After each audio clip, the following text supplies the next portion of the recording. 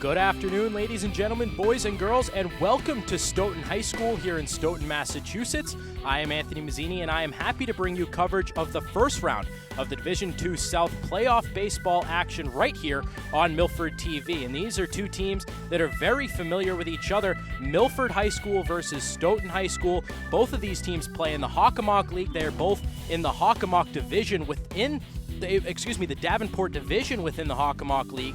So they play each other twice. Let's look at the two matchups between these two schools during the regular season. The first matchup back on April 10th, that matchup was all Stoughton, a 15-0 beatdown. It only lasted 5 innings due to the mercy rule, so Stoughton really came out and pounced right over the Scarlet Hawks in that game. 15-0 was the final score.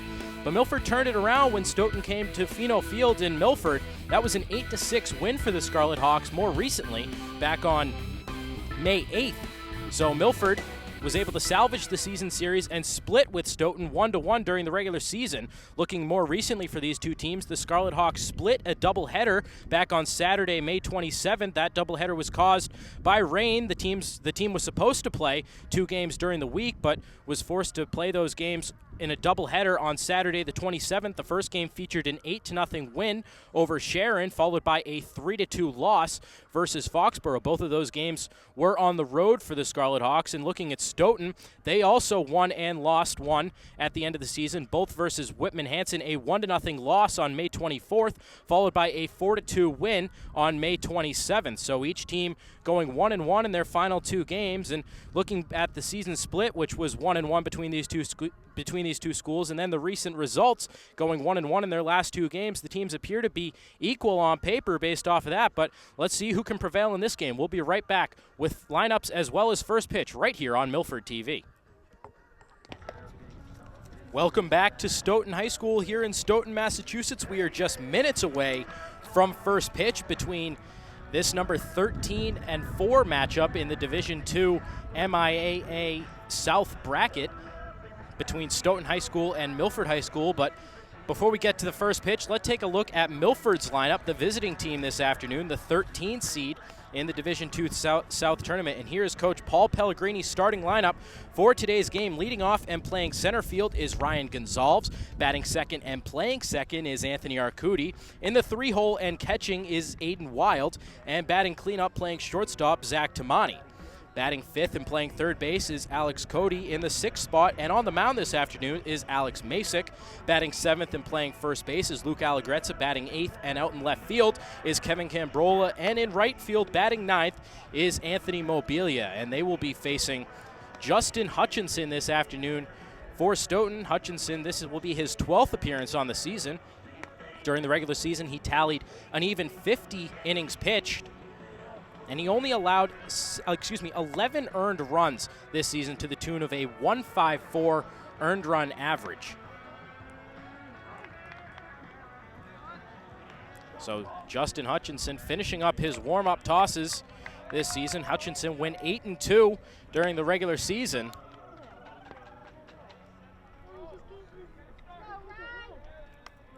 So the Milford hitters are going to have their work cut out for them today, as the catcher, Evan Gibb, throws through to finish up Hutchinson's warm-up tosses. A little conference at the mound for Stoughton, and we are just about ready to get underway. 13th seeded Milford versus number 4 seeded Stoughton here on a beautiful day from Stoughton High School.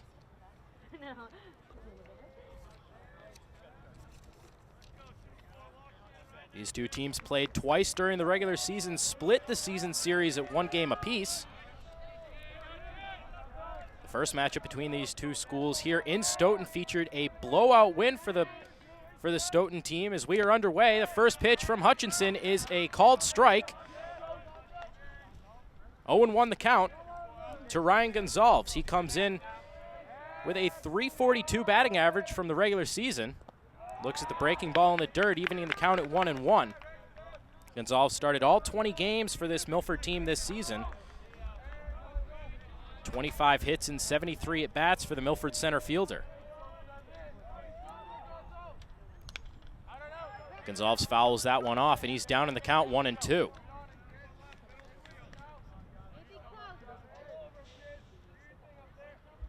Gonzalez very tough to strike out, only 4 strikeouts during the regular season. A good leadoff man gets on base at a high clip, 392. He fouls that one off as well, hanging tight. Count remains at 1-2.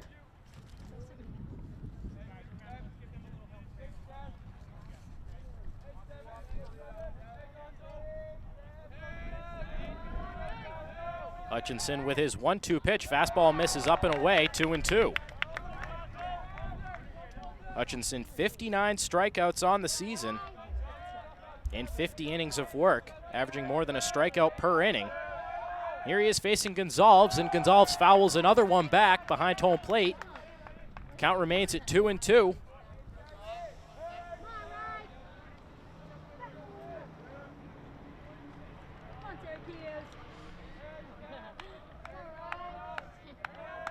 The 2-2 delivery, a breaking ball lined out to the second baseman, fields it on 2 hops and throws on to first base for the first out of this game. Chalk that one up as Gallagher to Connolly for Stoughton for the first out of the top of the first inning.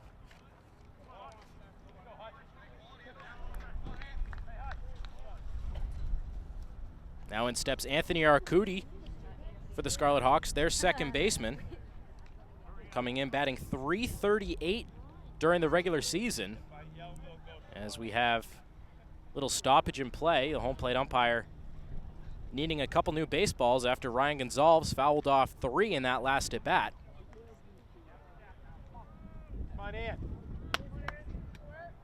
So the umpire makes his way back to his position behind the Stoughton catcher, Evan Gibb. Let's take a look around the field for the Stoughton Black Knights.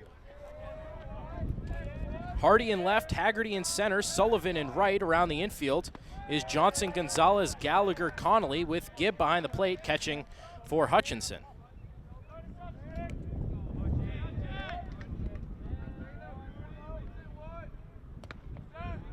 That 1-0 pitch catches the outside part of the plate for strike 1 on Arcudi.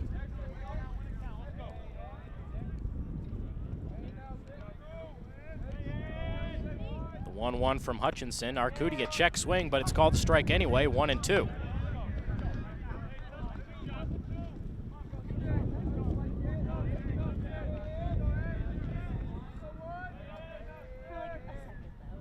Arcudi swings and misses through that one. Hutchinson sets him down.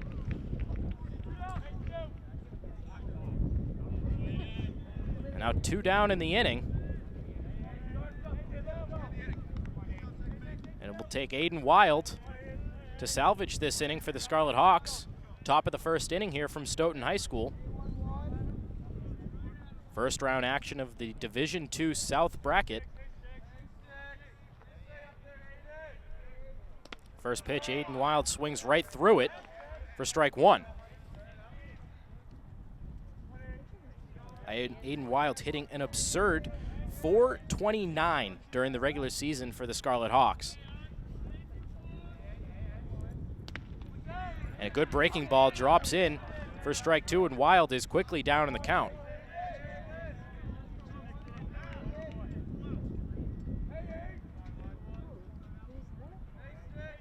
Hutchinson looking for back-to-back punch-outs in this top of the first inning.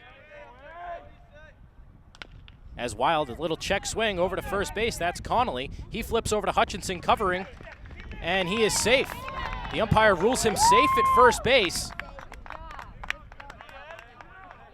Didn't appear as if Hutchinson tagged the bag at first base as he covered. Good job by Connolly to get off the bag, and Hutchinson was there. But Aiden Wild reaches at first base after Hutchinson wasn't able to tag the bag. And now Coach Mike Armour will have a word with the home plate umpire and now wants to go out and talk to the field umpire about that last ruling.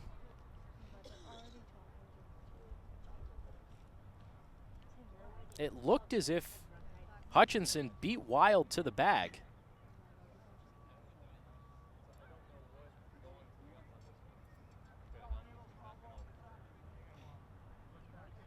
But I think it's a question of whether Hutchinson touched the bag or not. He didn't drop the ball. A lot of dust flew up around the bag as both Wild and Hutchinson were trying to get there first, so it's tough to tell what exactly happened over there. but that appears to be the decision in question as to whether Hutchinson touched the bag. The call will stand on the field, so with 2 on, Aiden Wild collects an infield single. And now the cleanup hitter for the Scarlet Hawks, Zach Tamani, will step in. Tamani, batting .393 during the regular season. Steps in from the right side. A good block by Gibb behind the dish for Stoughton as that ball misses for ball 1, keeping Aiden Wild at first base.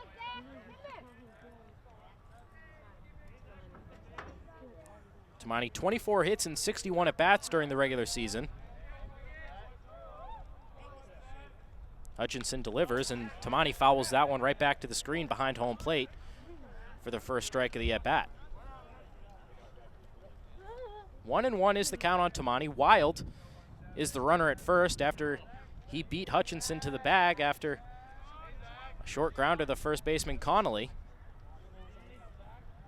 Another ball in the dirt, another good stop by Gibb. He can't find it at first, but the ball didn't get far enough away for Wild to advance.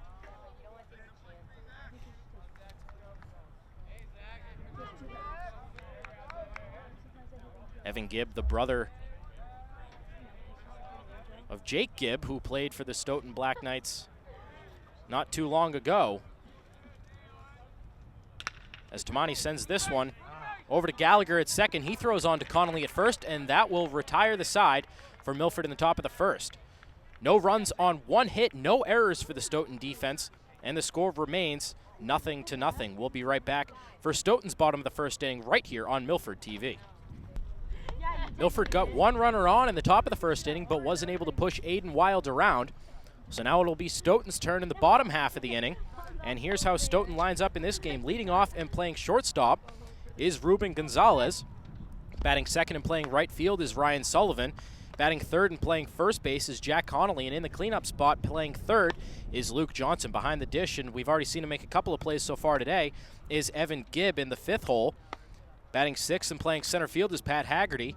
Pitching today and batting 7th is Justin Hutchinson. In left, batting 8th is Nick Hardy. And batting 9th, the second baseman, Matt Gallagher. And that Black Knights lineup will have to go against Alex Masick this afternoon. Masick appeared in 9 games this season. All of those games were starts. Compiled a 4-5 record. 51 innings pitched, allowed 49 hits, and only 13 walks on the season for Masick. 45 strikeouts to go along with a 2.33 ERA.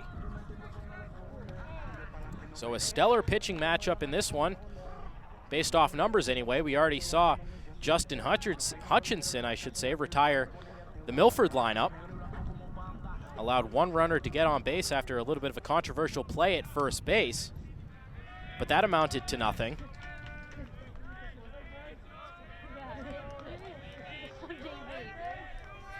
So in steps Ruben Gonzalez to begin the Black Knights' bottom of the first inning. First pitch from Masick. First pitch swinging is Ruben Gonzalez, and he fouls it off behind home plate for strike 1. Gonzalez batting .394 during the regular season, including a home run. The 0-1 pitch from Masick is grounded up the middle. That's Tamani at short. He fields it, throws on to Allegrezza at first, but that pulls Allegrezza off the bag. And it will be Ruben Gonzalez reaching at first base to lead off the game for Stoughton. And he is always a threat to steal. 13 stolen bases during the regular season for Gonzalez.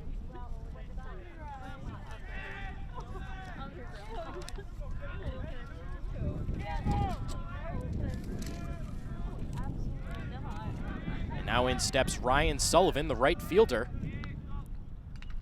Again, first pitch swinging is Stoughton, and Sullivan fouls that one back for strike 1.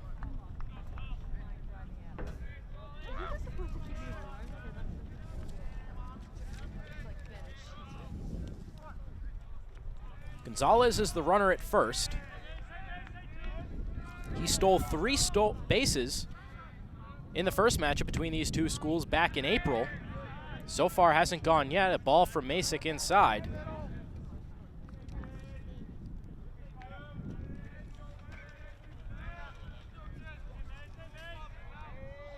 Sullivan on the year hitting .377 as Masick checks on Gonzalez at first.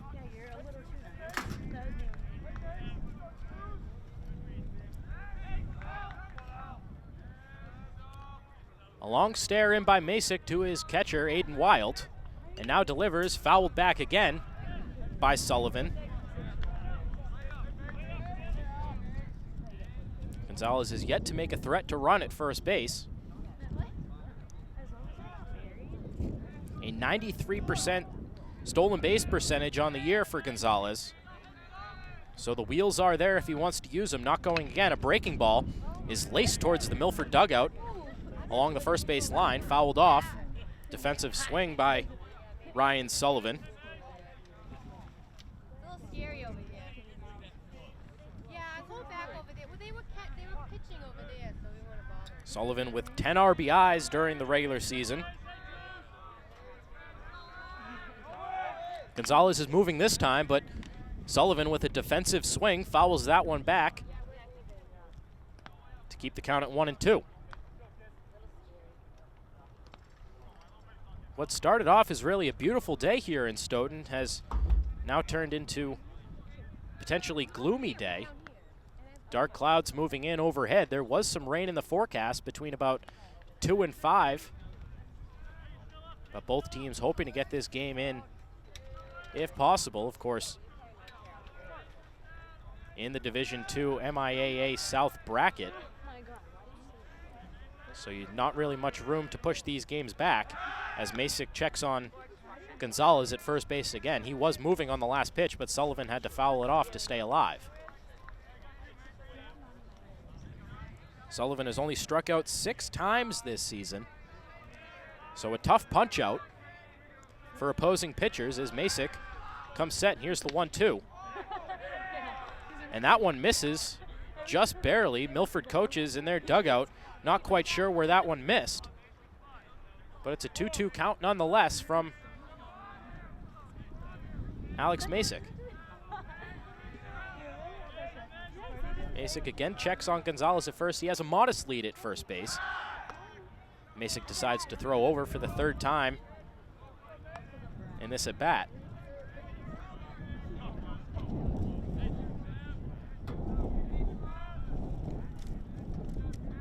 Gonzalez only caught once this season on the base paths, not moving this time. Sullivan doing a good job of staying alive in this at bat. Fouls another one back. 2-2. The count remains at 2-2. Still nobody out in this bottom of the 1st inning. Milford was able to get Aiden Wild on first in the the top of the inning, but wasn't able to push him across. Another fastball misses low and away from Masick, and Sullivan has driven the count full, 3-2.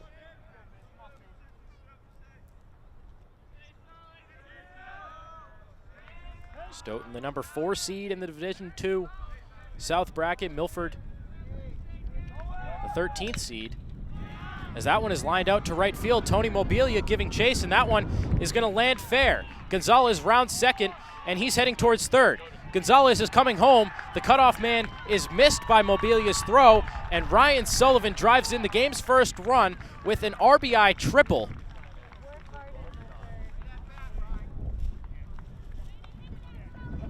That one rolled all the way in the corner down in right field.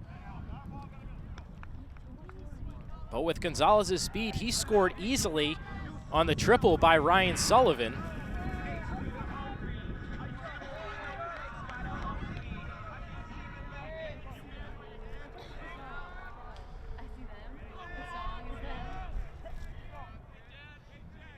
And now Milford elects to pull the infield in with no outs and a runner on third as Masick deals with Jack Connolly. The first baseman for Stoughton batting third in this lineup this afternoon. Connolly hitting .375 during the regular season. Stoughton jumping out to a 1-0 lead over the Scarlet Hawks and still threatening with a runner on third and no outs as Connolly fouls that one back.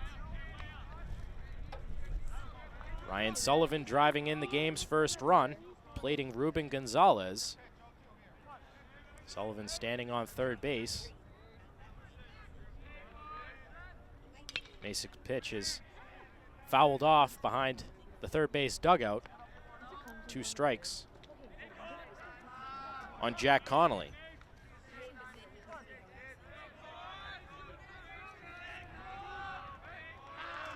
Connolly with 3 home runs during the regular season for Stoughton. That led the team as he is hit by a pitch on his right leg by Alex Masick, and now there are runners on the corners with still no outs.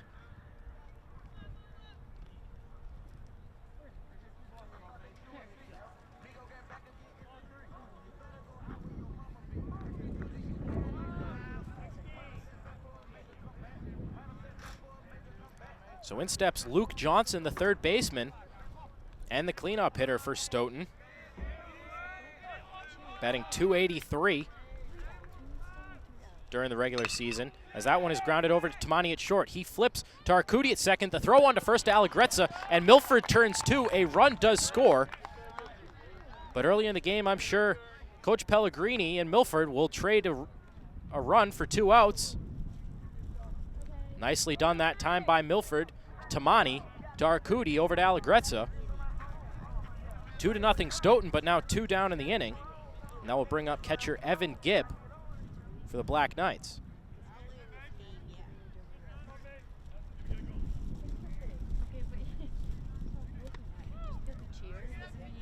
First pitch to Gibb misses for ball 1 to Gibb. Gibb batting .262 during the regular season, and he flies this one down the first base line. Allegrezza and Mobilia give chase, but that one is well out of play. 1-1.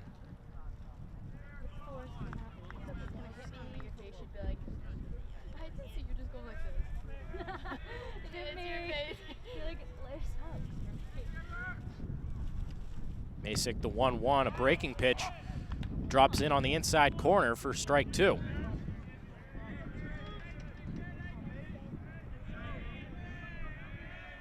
Gibb with only 4 strikeouts on the season. A defensive swing, fights it off to Allegrezza at first base.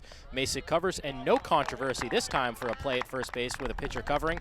Masick gets there in plenty of time, and that will retire the side. But Stoughton scores 2, courtesy of a Ryan Sullivan triple, followed by a fielder's choice double play off the bat of Luke Johnson. So Stoughton goes into the second inning with a 2-run lead. We'll be right back with coverage of Scarlet Hawks athletics and the first round of the Division II South bracket.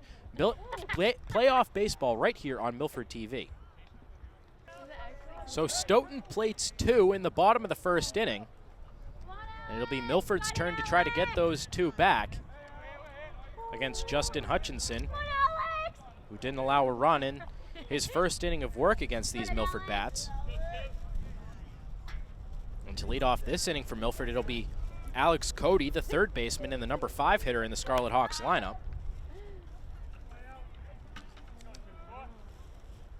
Cody had a good year this year for the Scarlet Hawks as he takes that pitch in the dirt for ball 1. The sophomore batting .367 during the regular season and was the only Milford hitter in this lineup to produce a home run. Fouls that one out of play for strike 1.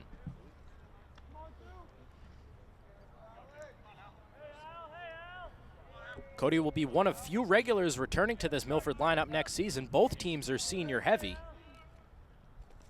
That one bounces in the dirt and rolls to the backstop by Gibb for ball 2.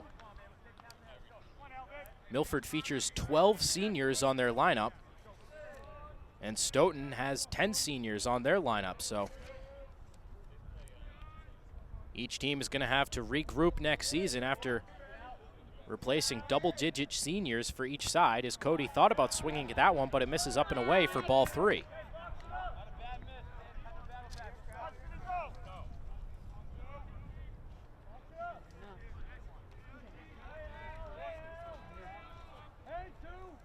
The pitch from Hutchinson is fouled off.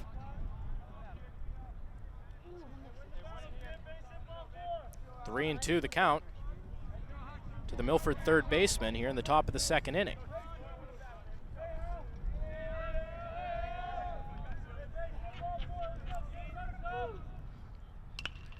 That one is sliced Down the left field line, defensive swing by Cody to keep the count at 3-2.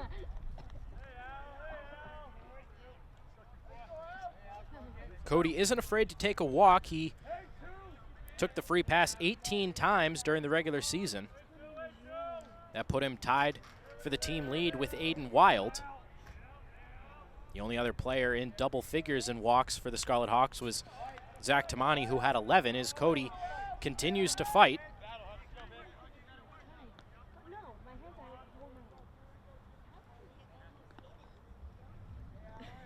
Also not to get afraid to get hit by a pitch. That happened to him 3 times during the regular season.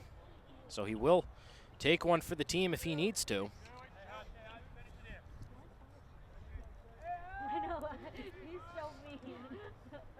It's the 3rd game between these two teams this season. Each team was able to come away with 1 win in this regular season matchup. Breaking ball misses high, and that is walk number 19 on the season for Alex Cody, and Milford has the leadoff man on in the top of the 2nd inning. And now in steps Alex Masick to face his counterpart, Justin Hutchinson. Masick on the mound allowed 2 runs in the 1st inning. One of them should go as unearned due to the error by Tamani at short, pulling Allegrezza off the bag. Gonzalez later scored on a Ryan Sullivan triple, as that fastball is pumped in for the first strike of the at-bat to Masick.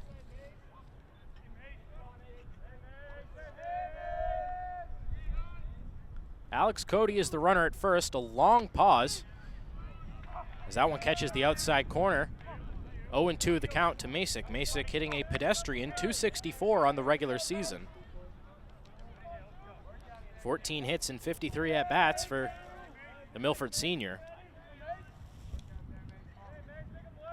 Does have 7 RBIs during the regular season, as Hutchinson steps off and lazily throws over to first base to check on Cody. Clearly not his best move on that pickoff attempt.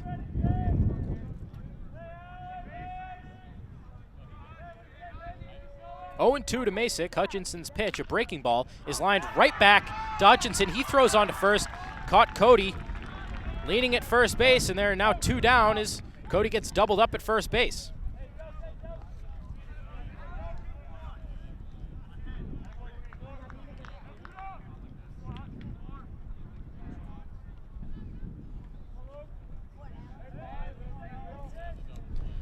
So after that double play by Stoughton, in steps Luke Allegrezza, and he takes a big swing at that one, but right through it for strike 1. Not much Alex Cody could have done over there at first base. Allegrezza takes that one low and away. Those line drives are the hardest to judge as to how to get back, and Cody just got stuck between first and second. Allegrezza swings through that breaking ball. 1-2, the count to Allegrezza. Hitting .256 during the regular season was Allegrezza. Played in 16 games, started 13 of those games. A check swing, and that one goes down to strike 3. The home plate umpire says Allegrezza did swing. And again, Milford gets a runner on in the inning, but isn't able to push that runner across. So they go to the bottom of the 2nd. Stoughton up 2-0. We'll be right back with coverage of Scarlet Hawks athletics, as well as the first round of the MIAA Division II South Playoff Baseball Bracket right here on Milford TV. The Stoughton Black Knights up 2-0 early in this game as we go to the bottom of the 2nd inning. In this 4 versus 13 matchup in the MIAA Division II South Playoff Baseball Bracket, Milford High versus Stoughton High. As Pat Haggerty steps in on the left side of the plate to face Alex Masick in the bottom half of this 2nd inning. First pitch swinging is Stoughton. We've seen that a couple times from the first few hitters in this game as he fouls that one back. Stoughton plated 2 runs in the bottom half of the 1st inning, courtesy of a Ryan Sullivan RBI triple. and a Luke Johnson ground into double play, but that scored Sullivan from third. So that's where we stand as of right now.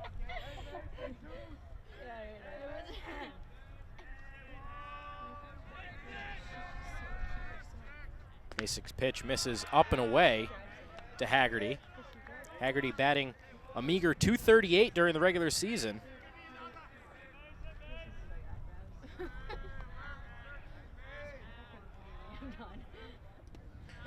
Breaking ball from Masic. Misses again. Coach Pellegrini and company in the Milford dugout are not pleased about that call. That one looked like it might have dropped in, but a couple close calls so far have not gone the pitcher's way, as that one is grounded out to Arcudi at second, flips on Talagretz at first base for the first out of the inning.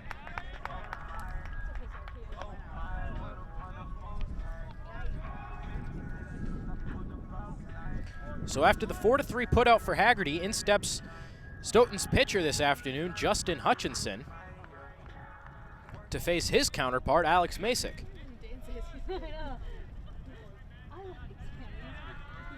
Hutchinson .266 during the regular season, as he sends that one out to right field, and that one is a fair ball down the right field line. Mobilia gives chase into the corner. He gets that one in quickly to the cutoff man Arcudi, but is a one-out double for Justin Hutchinson.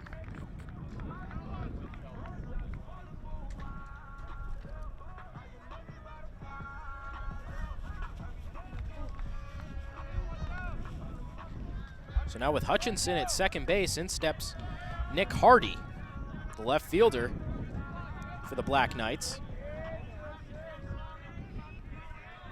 Batting .235 during the regular season was Hardy.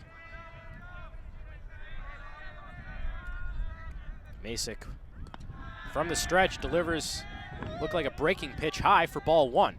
The wind has really picked up here at the field at Stoughton High School. Again, maybe expecting some rain this afternoon. Both teams eager to get this game in. 2-0 the count to Nick Hardy, as Masic is looking to work himself out of another jam. Again, misses low, 3-0. As I mentioned in the open, this Stoughton team pounced on Milford for 15 runs en route to a 15-0 win here at Stoughton High School back in April. Hardy taking all the way and takes a strike, 3-1.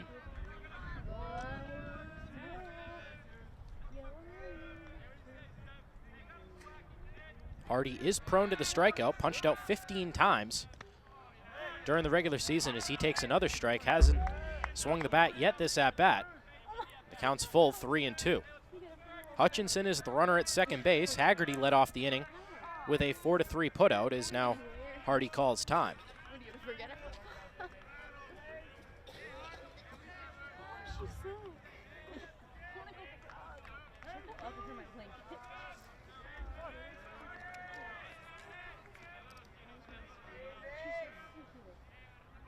The 3-2 pitch from Masic misses up and away, ball four. And after getting Haggerty to bounce out to begin this inning, Masic has issued now a double followed by a walk. And in steps the number 9 man, Matt Gallagher, the second baseman for Stoughton. The winner of this game this afternoon in first round action of the Division II South bracket will go on to play the winner of Greater New Bedford versus Bishop Feehan. Again, this being the 4 versus 13 seeding matchup. 0-1 to Gallagher.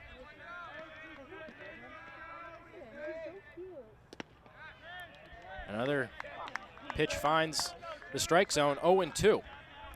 Gallagher hitting below 200 at 188 during the regular season. Struck out 13 times. And the bat never left his shoulder that time. Masic punches him out on 3 straight pitches. Gallagher did not look comfortable in that at bat at all. And now 2 down in the inning. And in steps Ruben Gonzalez. He reached on a Zach Tamani error back in the first inning. He then came around to score on a Ryan Sullivan triple. to open the scoring here from Stoughton High School.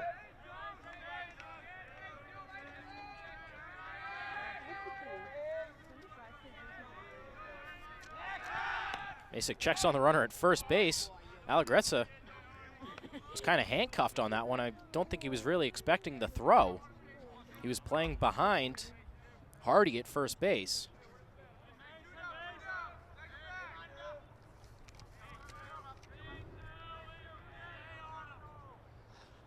First pitch to Gonzalez. Finds the strike zone for strike one. Gonzalez has lit up Milford pitching this year. Over 5 games, he has, over 2 games, he has 5 hits. Fouls that one back behind home plate.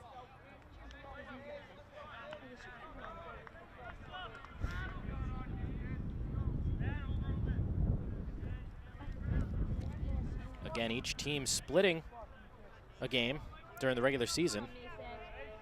1-1 for each side during the regular season. As that pitch is laced down the third base line, but just foul. That one probably would have brought home at least 1, but it goes foul off the bat of Gonzalez, and now 2 strikes to him.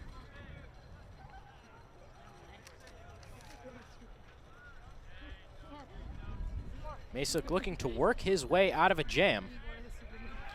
Runners on first and second, 2 down in this inning. He got a big punch out to Gallagher in the last at bat, as now Gonzalez sends this one down the right field line. Mobilia giving chase, but that one is going to fall out of bounds, out of the reach of Tony Mobilia down the right field line.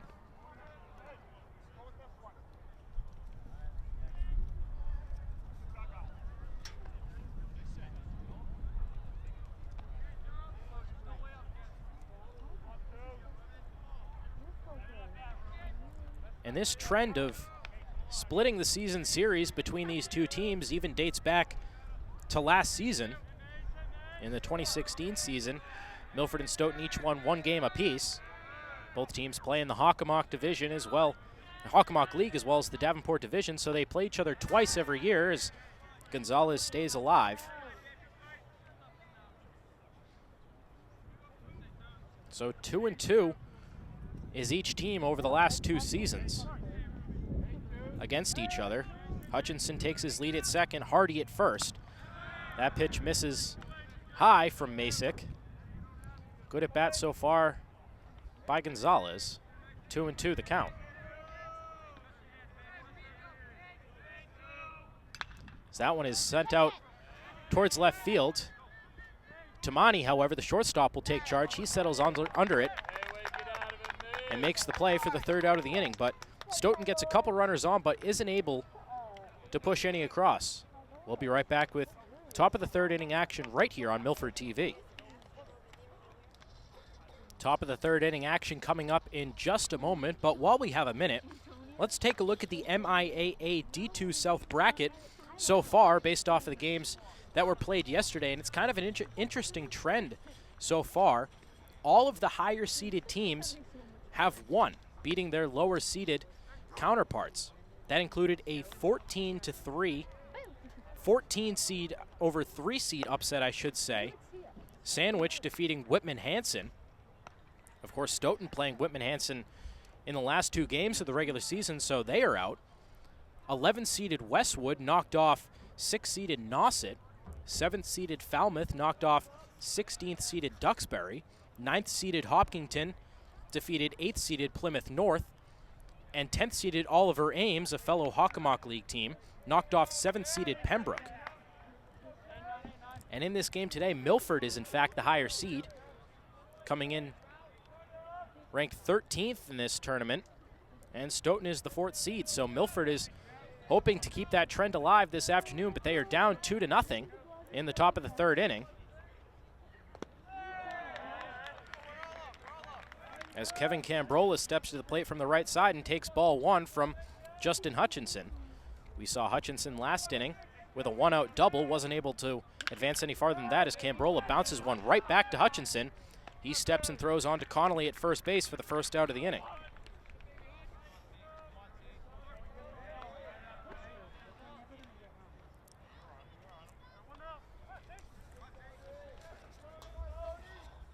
So it'll be Tony Mobilia's turn now.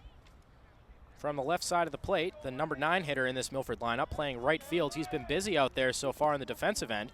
As he squares around to bunt, that one hits him off the shoe.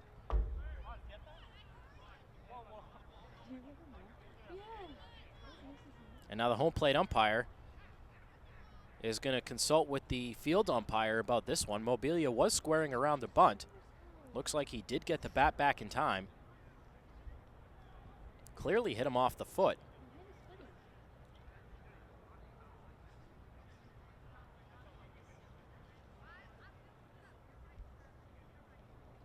And after a brief discussion, they will grant Tony Mobilia first base after the hit by pitch. Really seems like a no-brainer on that one, but they just wanted to make sure. The controversy was probably about, was Mobilia still offering at the bunt, but he did get the bat back in time, according to the umpires, as Milford has yet another runner on. They haven't been able to do much with a runner on so far in this game. And back to the top of the order it goes for Ryan Gonzalez. He grounded out to second base in his first at bat. As he sends that one out to right field, that one is going to fall in front of Sullivan. A little bit of a bobble in right field, but Mobilia advances no farther as Gonzalez gets the second hit for Milford this afternoon. Now runners on first and second for the Scarlet Hawks with only one away.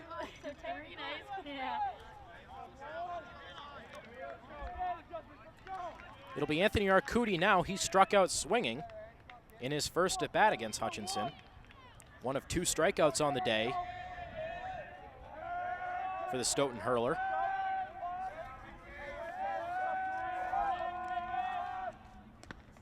Swings right through that one again. Disappointed in himself is Arcudi.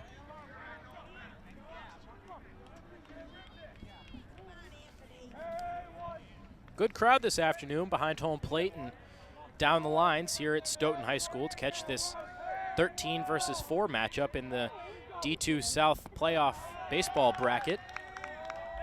As that one misses down and away for ball 1. Aiden Wild is on deck, but Milford is threatening with 1 out with Arcudi at the dish.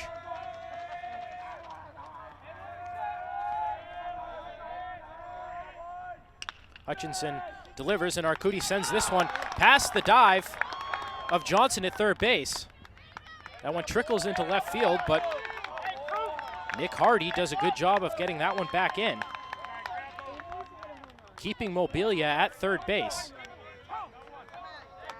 And it's now bases loaded for Milford's most dangerous hitter, Aiden Wild.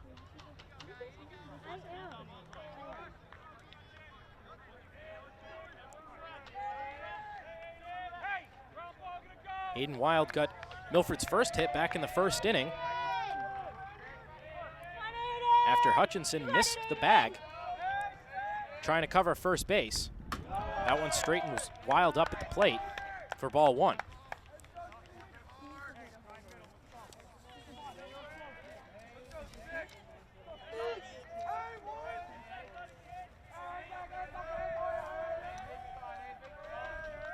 One down in the inning, bases loaded for Aiden Wild as he takes a big hack at that one, but fouls it back behind home plate.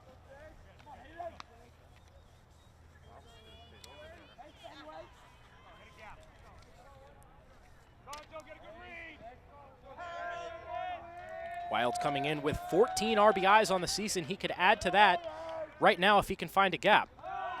An off-speed pitch misses up and away. 2-1 the count.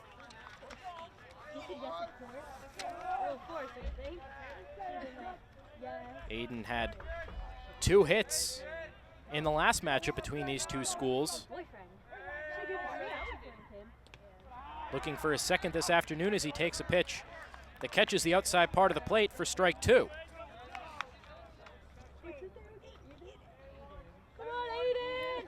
Aiden has put together a very impressive career, batting .537 his freshman year 2 years ago.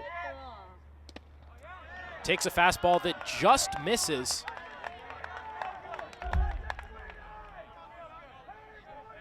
Hutchinson really wanted that one, but it gives Aiden Wild another chance with the bases loaded and only one down. Last year, that batting average dropped down to .404 for Wild, but 20-plus RBIs in each of his first 2 seasons. As that breaking pitch misses for ball 4, Mobilia trots home, and Milford cuts the lead in half, 2-1. Chalk that one up as Wild's 15th RBI this season. So Milford still has the bases loaded, and it's still the heart of their order up. Zach Tamani.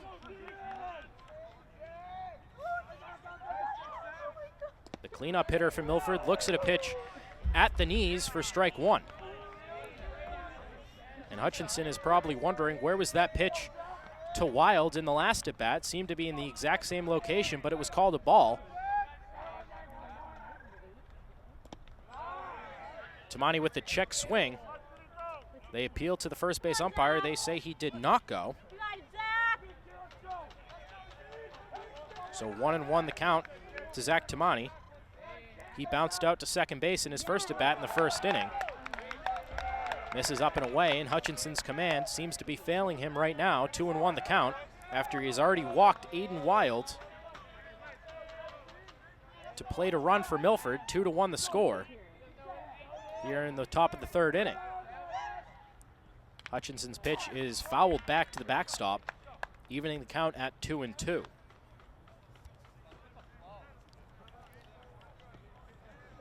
Tamani committed the error in Stoughton's at-bat in the bottom of the first inning that eventually led to Ruben Gonzalez coming around to score for the Black Knights. He's at the plate now and swings right through a breaking pitch. Pulled the string on that one was Hutchinson, and Tamani goes down in a big spot with bases loaded for the second out of the inning, and Hutchinson gets a big out that time, courtesy of Zach Tamani K. But Milford still has the bases loaded, still in the meat of their order, with the number 5 hitter, Alex Cody, taking a pitch outside. He walked his first time. A walk now would tie the game. Cody with 11 RBIs during the regular season. Takes that one up and away. 2-0.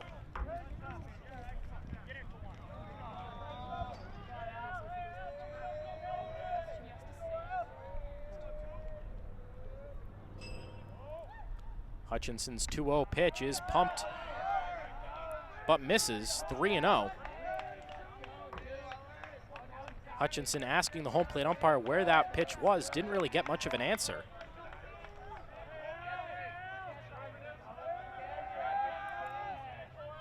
So Cody has a small zone he's looking for right now. That pitch wasn't his. Takes that one for a strike. 3-1. The count is still in Alex Cody's favor. With the bases loaded, 2 down in the top of the third inning. Stoughton leading 2-1. That one right down the heart of the plate. Cody decides not to offer, and now the count is full. A big spot here in this game in the first round of the D2 South High School Playoff bracket. Runners can get a head start, but Cody swings right through it for strike 3, and a big strikeout for Justin Hutchinson. He limits the damage after loading the bases, only allows 1 run to score. Milford had its opportunity, but they only get 1 across. Stoughton will look to get that run back in the bottom of the third inning. We'll be right back with that third inning right here on Milford TV. Alex Masick finishing up his warm-up tosses, about to begin the bottom of the third inning here from Stoughton High School. Stoughton jumping out to a 2-1 lead. Milford cut into that lead in the top of the third inning, plating 1 run after loading the bases. But Justin Hutchinson working his way out of a bases-loaded jam, limiting the damage to only that 1 run.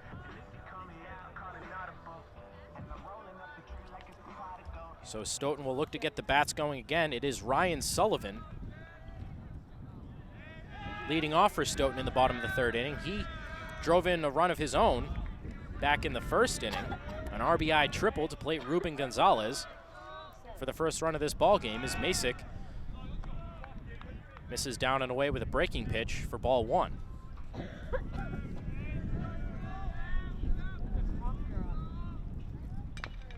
As this time he bounces one towards Cody at third base. He cuts it off and throws to first base, but it will be an infield single for Ryan Sullivan. That one was chopped out towards Tamani, but he really had no shot due to the fact that it was hit so slow. The only chance was if Cody could cut it off in time.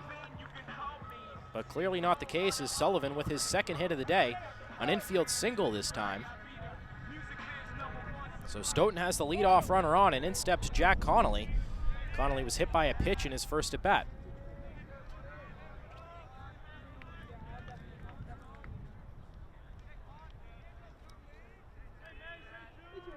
Masick with a long stare to his battery mate, Aiden Wild, gets the sign. Misses up and away. Looking at the schedule for each of these teams, the record after each team clinched a playoff berth is a big reason why they're seeded the way they are. Breaking pitch misses away. Stoughton, after they clinched a playoff berth after a win over Brockton on May 9th, ended the season 4-1 and got a 4 seed in this tournament, while Milford, after clinching a playoff berth over Hopedale back on May 12th, as the runner is going, the throw from Wild gets away from the second baseman Arcudi and the shortstop Tamani, and now Sullivan will get to third base.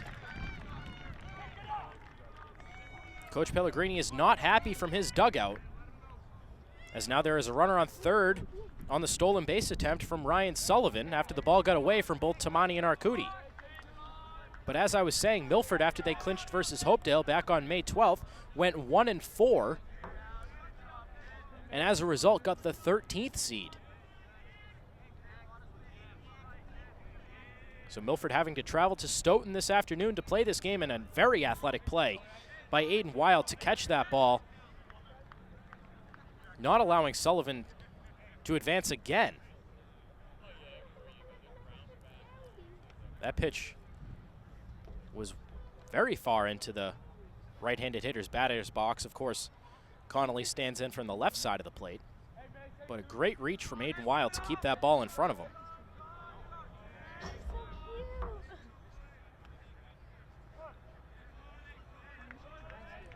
Masick again needing to work out of a jam. Breaking pitch misses low. That'll go for a walk to Connolly. Second time Connolly has been on base today. And in steps Luke Johnson, and this is a prime situation compared to what he had in his last at-bat. In fact, it's a very similar situation. Johnson bounced into a 6-4-3 double play in his first at-bat in the first inning, but that did play to run. Yeah. If he does the same thing this time, you would have to imagine that Sullivan will be able to score from third. Masick with the first pitch to Johnson, misses low and away, ball 1.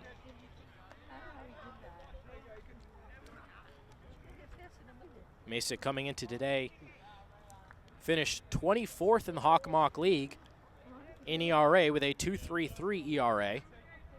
Of course, going 4-5 during the regular season. As the runner from first goes, Wild decides not to make the throw, and now there are runners at second and third with no outs. Nothing has been easy for Masick so far in this game. Fastball is laced down the first base line, but just foul. That one had extra bases written all over it if it were fair.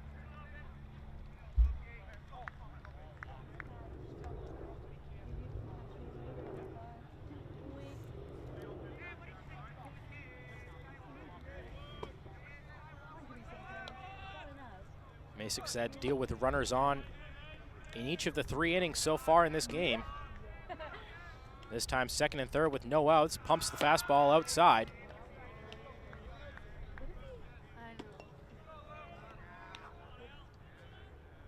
Johnson looking to deliver in a big spot right now to break open this 2-1 Stoughton lead. Pulls the string on that one. Had Johnson backing away a little bit, but the breaking ball falls in for a strike.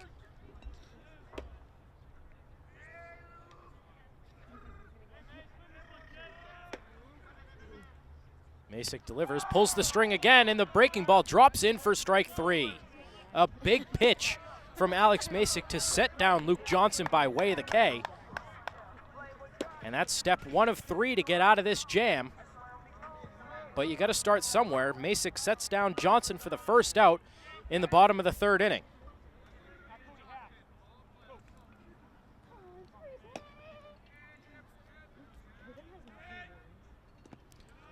So now Evan Gibbs steps to the plate and takes ball 1 from Masick. Hasn't been the best day as far as command is concerned for Masick. A lot of 2 and 3 ball counts. And again, that one was called a strike. Catcher Aiden Wild set up on the inside corner, had to reach across his body. A lot of times that pitch will get called a ball even if it is a strike. Again, a good breaking ball from Masick. That pitch has been there this inning so far. And a 1-2 count.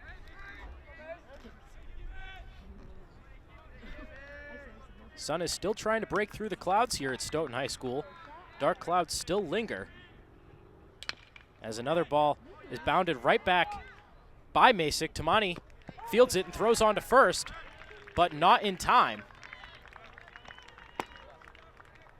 Tamani looked a little bit confused after that one, thought Masick had it, but once it got by Masick, Tamani had to charge in on it, and at that point had no chance to throw out Gibb.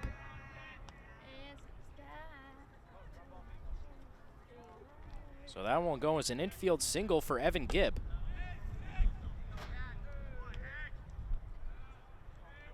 And from the left side of the plate steps Pat Haggerty.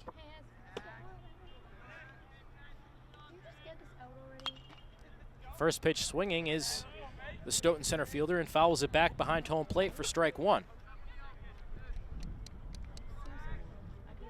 Haggerty grounded out to the second baseman Anthony Arcudi in his first at bat in the 2nd inning.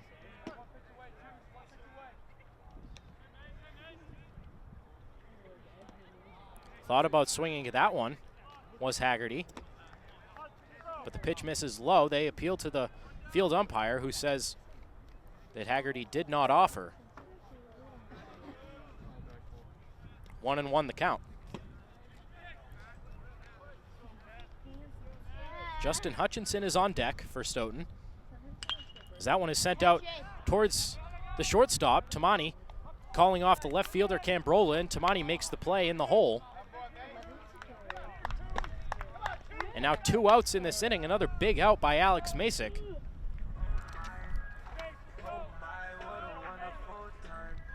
And in steps Justin Hutchinson. He doubled in his last at bat in the 2nd inning.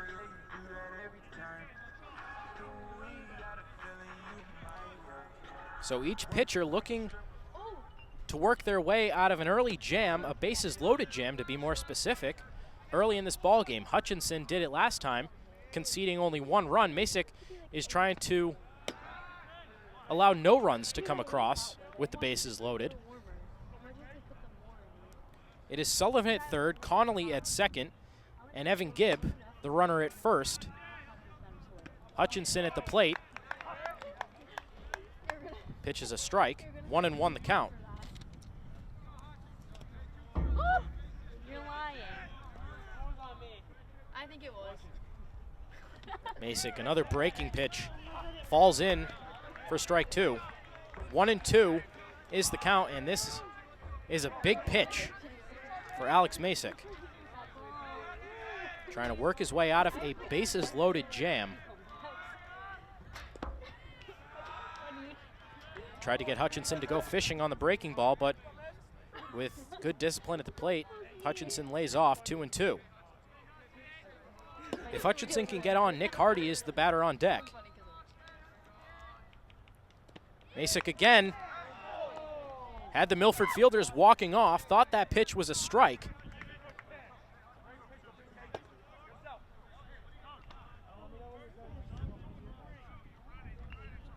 Now a little bit of a dispute on the count. The home plate umpire is saying it is 2-2.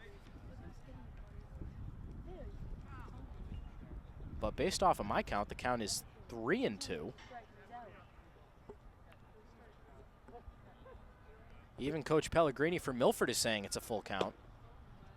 And usually the other team's coach isn't agreeing any more than he has to.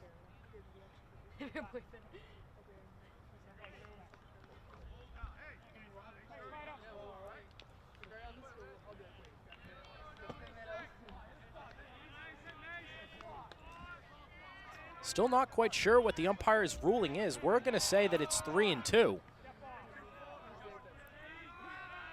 Masick steps off. It is Hutchinson at the plate with the bases loaded. Masick trying to get out of this jam and allowing no runs. Still, Stoughton holds a 2-1 lead, but Masick and Milford don't want it to get any larger than that. Masick comes set, and here's the full count pitch. Swing and a miss. Hutchinson goes down. And what an effort by Alex Masick to get out of that inning without allowing any runs to score. A big spot in this game. Masick keeps Milford trailing, still only by 1 run, but it could have gotten a lot worse than that. So Masick doing his job on the mound. And let's see if Milford can get the bats going. They got 1 last inning. Maybe they can get a couple more this inning. We'll be right back with 4th inning action right here on Milford TV. So Alex Masick coming through in a big way to punch out Justin Hutchinson to end the bottom of the 3rd inning to keep this score 2-1. That was a bases loaded jam Masick had to get himself out of. As Stoughton finishes its warm-ups here before the top of the 4th inning. It'll be Masick, Allegrezza, and Cambrola if anyone reaches. Tony Mobilia is the 4th hitter expected in this inning. But first it will be Alex Masick, who in his first at-bat lined right back to the pitcher Hutchinson, who caught it, and then doubled up Alex Cody, who was the runner at first base.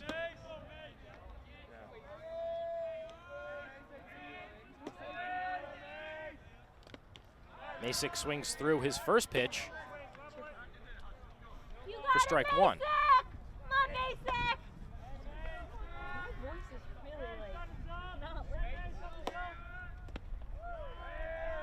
That one backs Masick off the plate, evening the count at 1s. Hutchinson so far 4 punch-outs against Milford hitters as Masick takes that one outside, 2-1. 1 hit batter and 1 walk issued by Hutchinson as well. Masick takes that breaking pitch low. Hitters count for Masick if he gets a pitch he likes. 3-1. Command hasn't been great for either pitcher so far as Hutchinson, right to my point, walks Masick to lead off the 4th inning. Milford trailing by 1 run. How many innings are there?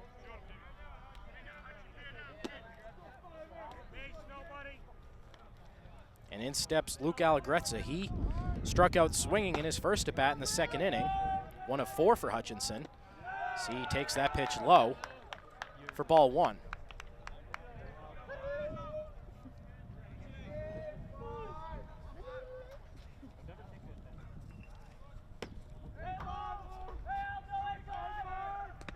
Another fastball misses up. 2-0 the count to Allegrezza.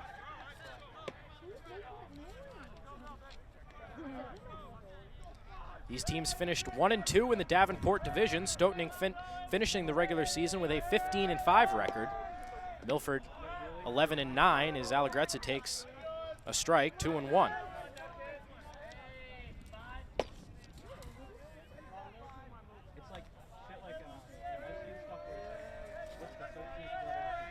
The 2-1 to Allegrezza is fouled off beyond the first base dugout for strike 2.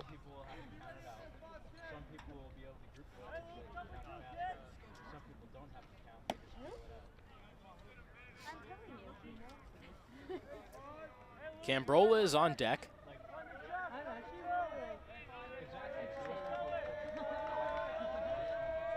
But first it's Allegrezza with Masick at first. And Allegretza just watches that one go by on the outside part of the plate for strike 3 and the first out of the inning for Justin Hutchinson and the Black Knights. So it's Kevin Cambrola. He hit a dribbler back to the pitcher Hutchinson in his first at-bat. As he tries to bunt, pops it up behind home plate, but too far for Evan Gibbs to track down. 0-1 the count. Let's see if Cambrola sticks with the bunt. Luke Johnson is very far in at the grass, on the grass I should say, at third base. Ruben Gonzalez and Matt Gallagher at double play depth with Masick at first. Cambrola not bunting this time as he sends a single right up through the middle for a base hit. Masick will stop at second, but hard hit contact that time by Cambrola out of the reach of Ruben Gonzalez at shortstop. And Milford threatening again. Runners at first and second with only one away. And the number 9 hitter striding to the plate, Tony Mobilia for Milford.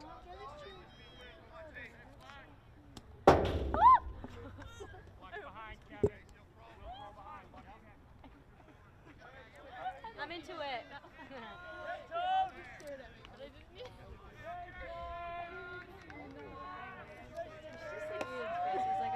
First pitch to Mobilia. He lays down a bunt down the third base line. That's going to be a tough play. And Mobilia is going to be safe at first as well as everyone else. Tony Mobilia laying down a perfect bunt down the third base line. Johnson was playing even with the bag.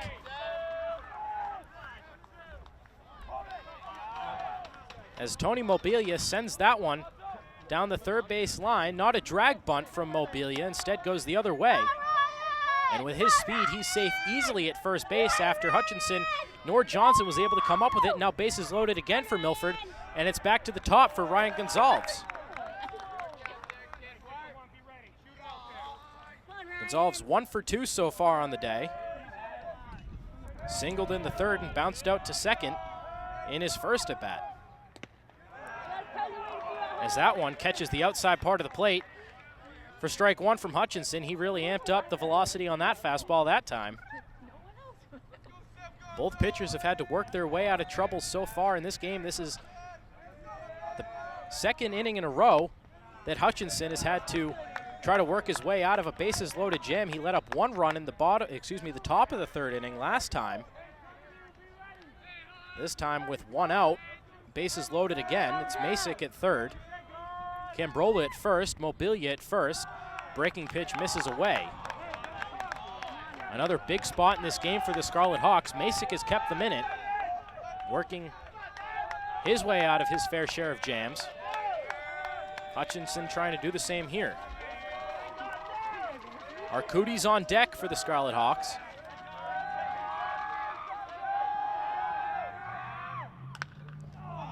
As Goncalves sends that one in the air towards the first base dugout, and Connolly makes the play along the fence down the first base line.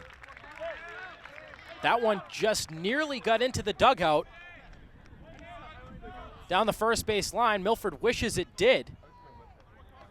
Goncalves had the right idea, trying to get that ball in the air for a sacrifice fly, but obviously not deep enough. Connolly makes a big play along the fence near the Milford dugout. And now Anthony Arcudi steps to the plate with 2 down, bases still loaded. Big swing and a miss that time for Arcudi, sends it to the backstop.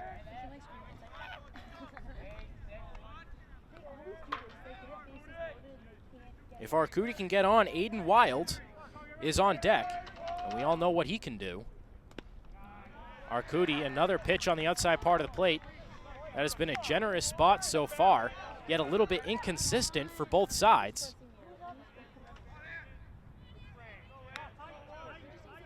An early 0-2 count in this at-bat against Anthony Arcudi. Hutchinson trying to channel his inner Alex Masick and get out of a bases-loaded jam, allowing no runs. Here's the 0-2. Misses away with a breaking pitch.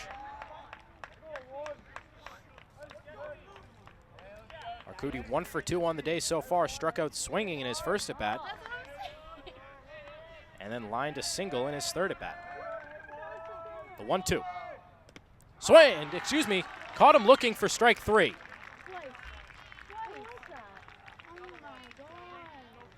Arcudi goes down for the second time in this game. Hutchinson works his way out of a bases-loaded jam, allowing no runs as we go to the bottom of the fourth. Stoughton still on top, 2-1. We'll be right back with Stoughton's bottom of the fourth inning right here on Milford TV. Bottom of the fourth inning action about to start here at Stoughton High School. Stoughton out on top, 2-1 in this 13 seed versus 4 seed matchup. The winner will go on to play the winner of Greater New Bedford versus Bishop Feehan.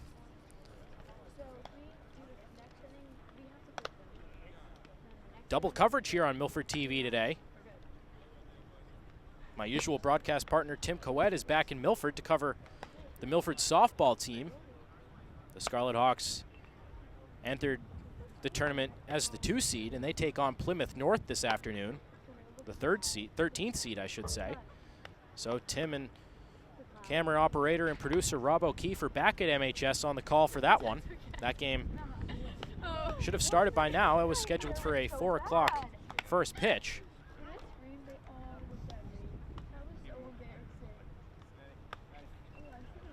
As Masick finishes up his warm-up tosses.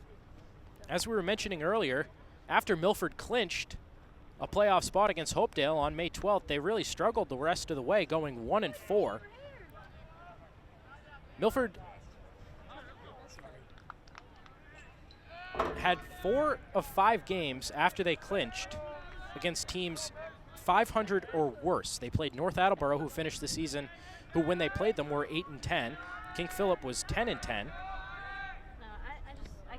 Foxborough 7-13, and Sharon 6-14. The other loss was to Catholic Memorial. The only team Milford beat was Sharon. You got it, Syracuse. As this is Nick Hardy leading off the bottom of the fourth, the number 8 hitter for Stoughton. If Milford had won 3 of those games compared to 1, that would have given them a 13-7 record, a 7 seed, and a home playoff game. That game probably would have been against Hopkinton. Instead, Milford having to travel to Stoughton this afternoon rather than have a playoff game, a home playoff game. Masick pumps a fastball right by Nick Hardy. He caught him looking for the first out of the inning here in the bottom of the fourth.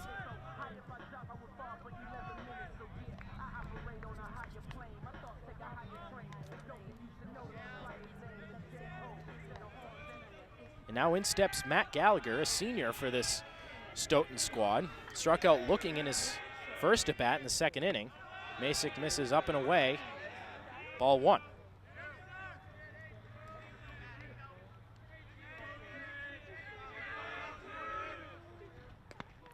Gallagher swings right through that one. 1-1 to Gallagher.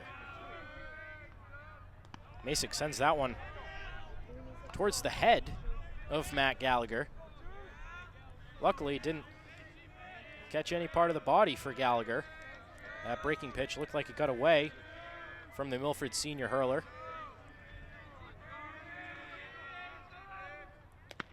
Masick pumps a fastball, and Gallagher just watches it go by, evening the count at 2-2.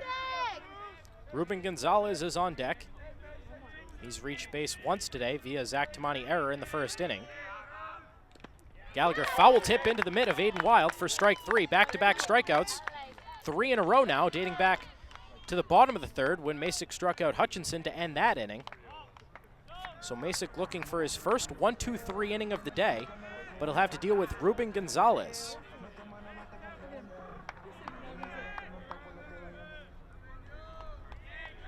Gonzalez 5'9", 150 pounds, standing in on the right side of the plate. Takes his fastball on the outside part of the plate for strike 1. As we mentioned, Gonzalez has eaten up Milford pitching this year to the tune of 5 hits in 2 games as he sends this one out to right field. Tony Mobilia settles under it, dealing with the wind a little bit, but a 1-2-3 inning for Alex Masick in Milford. No runs, no hits, no errors for the Scarlet Hawks defense. Milford will get its turn in the top of the 5th. We'll be right back with coverage of Scarlet Hawks athletics on Milford TV. Top of the 5th action coming up in just a moment, but while we have a little break in action, let's take a look at how some of the other Hockomock teams in action yesterday fared in the MIAA baseball playoff tournament. Mansfield ended their season with a 3-2 loss to Wellesley. Taunton lost to Framingham 1-0, and King Philip lost 8-0 to Marshfield. All those teams play in the Division 1 South bracket.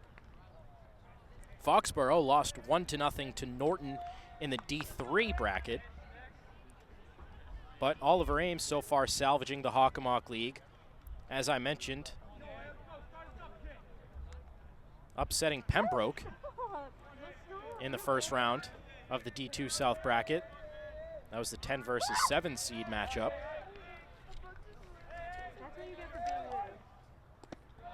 As Aiden Wild leads off this inning for Milford, 3-4-5 scheduled.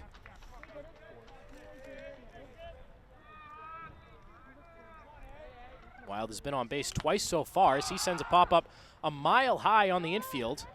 It'll be Evan Gibb calling for it, and he makes a diving play. That one would have landed in fair, but a great play by Evan Gibb on a pop-up from Aiden Wild for the first out of this 5th inning.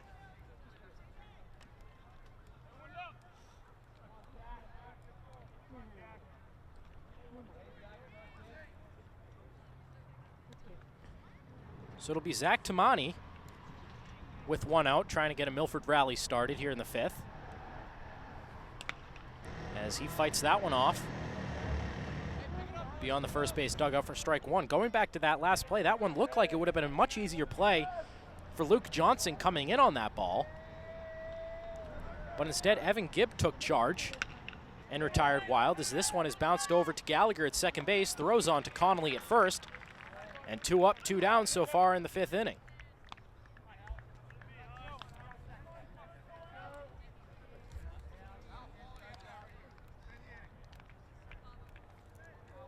It'll be Alex Cody trying to salvage the inning for Milford. 2 down. Cody squares around, attempts to lay a bunt down, pops it up, and it hits the backstop behind Gibb for strike 1.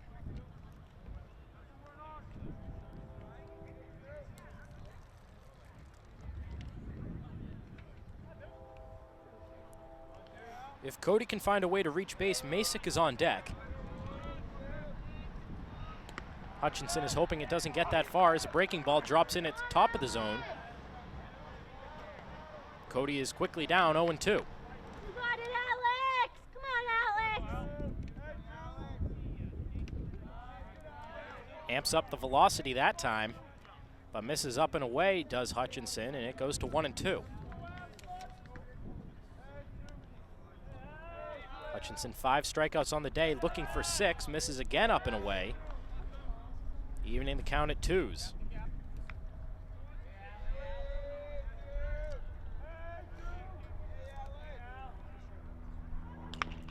As Cody grounds this one to the right of the bag at first, foul, and he gets another life. Cody only a sophomore for this Milford team. So 2 middle-of-the-order bats returning next year for Milford. That one straightens Cody up, bringing the count full.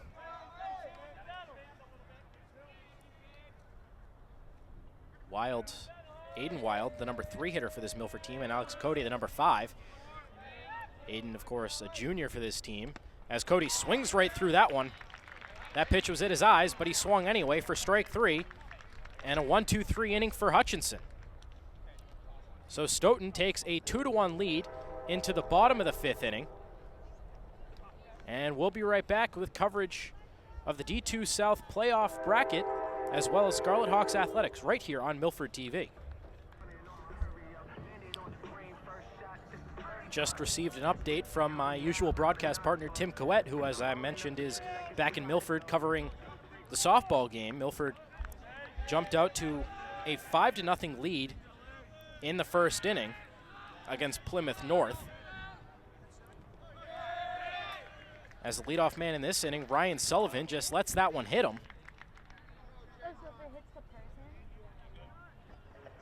So Sullivan with his third time being on base this game. First time via triple in the first inning, then a single in the third. Now here in the fifth, finds his way on via hit by pitch. Didn't even try to get out of the way of that one. Breaking ball clanks him on the elbow. So Stoughton, after going down 1-2-3 in the bottom of the fourth, has a runner to lead off this bottom of the fifth inning. And another hit by pitch. Masick drills 2 in a row. And really, the command hasn't been there all day for Masick. Coach Paul Pellegrini striding out to the mound. Let's see if he decides to make a change.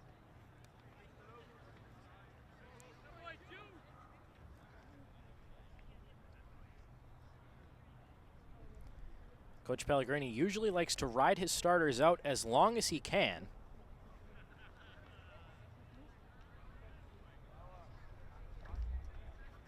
Looks like he's sending out some orders to each of his infielders and elects to keep Alex Masick in the game. Come on, Masick. Again, Masick with a 4-5 record during the regular season.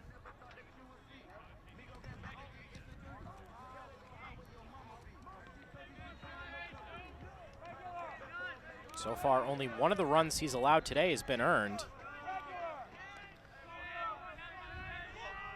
And now Luke Johnson steps to the plate, and he squares around to try to get a bunt down.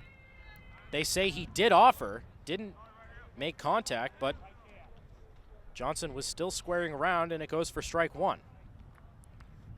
Johnson checks down to head coach Mike Armour at third base. Gets the sign and steps back in. Masick again needing to use some of his magic and work out of a jam. Johnson not bunting this time, takes the ball in the dirt. Blocked by Aiden Wild. 1-1 the count.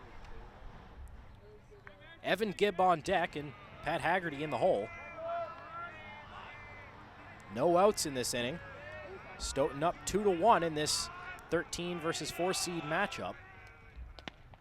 Masick pumps a strike at the knees on the outside corner. 1-2 the count on Luke Johnson. Johnson has struck out once in this game. That was looking back in the third inning. Johnson, one of 10 seniors for this Stoughton team, as Masick gets a bounding ball to the shortstop Tamani. He flips to Arcudi, throw on to first. Allegrezza for a double play. 6-4-3 they go as Masick gets a big double play ball. Sullivan strides to third base, but now 2 down in the inning. And you want to talk about a competitor. Alex Masick has worked his way out of jams all day. He still needs one more out to get out of this inning unscathed. But Alex Masick getting a ground ball from Luke Johnson, Tamani to Arcudi to Allegrezza across the infield. As this one is lined back to him, he knocks it down with his glove. Bare hand from Tamani, throws on to first Allegrezza, and they call him out. What a play by Zach Tamani. Stoughton is not happy with that call. That ball was lined right up the middle.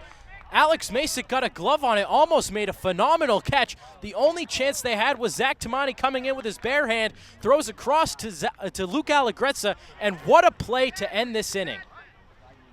Coach Mike Armour is heated as he now ends his case and walks off the field. But what an exciting way to end this fifth inning. Wow, we'll be right back with the sixth inning. I don't know if you can beat it after that right here on Milford TV.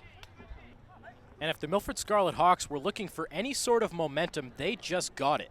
On a ball that nearly took Alex Masick's head off, Zach Tamani came charging in after Masick was able to get a glove on it, picked it up with his bare hand and rifled across the diamond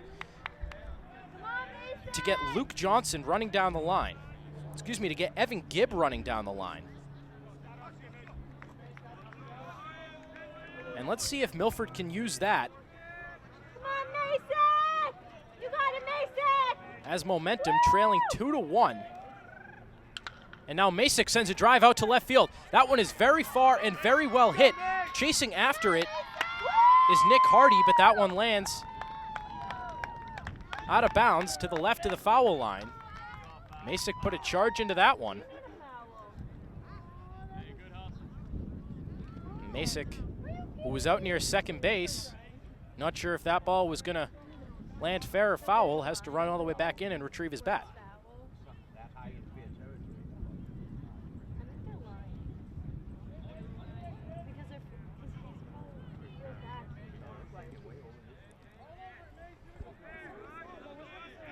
So 0-1 the count on Alex Masick. He's reached base once today. Swings through that one. Masick walked in the fourth inning and hit into a double play off a line drive back to the pitcher in the second inning. As Masick now sends a rifle into left field, and that one is going to fall in front of Hardy for a base hit. So it looks like Masick is using that momentum. He's pumped up over there at first base, claps his hands a couple times. And that'll send up a pinch hitter for Milford, Tyler Renaud. He'll hit in place of Allegrezza, who had gone 0 for 2 with 2 strikeouts on the day.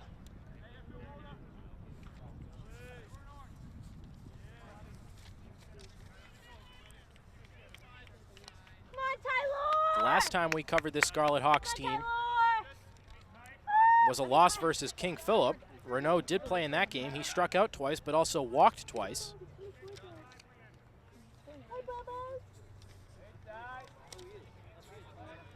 Coach Pellegrini sending out the instruction to Coach Mike Armour along Stoughton's dugout along the third base line. It seems as if this is a one-and-done deal for Tyler Renaud. He'll get his at-bat, and then Allegrezza will check back in at first base. Of course, Renaud being an outfielder by trade. Now they have Masick caught up between first and second. The throw down by Gibb, and oh, is Masick lucky. That ball sailed over Gallagher's head at second base. They had him dead between first and second off a bunt attempt by Renaud. And looks like Alex Masick isn't on a magic yet, using it on the on the mound, and now on the base paths. Alex Masick unintentionally steals second base as Renaud steps in to bat for Allegrezza, and he does get a bunt down the first base line, but it trickles foul. 1-1 the count.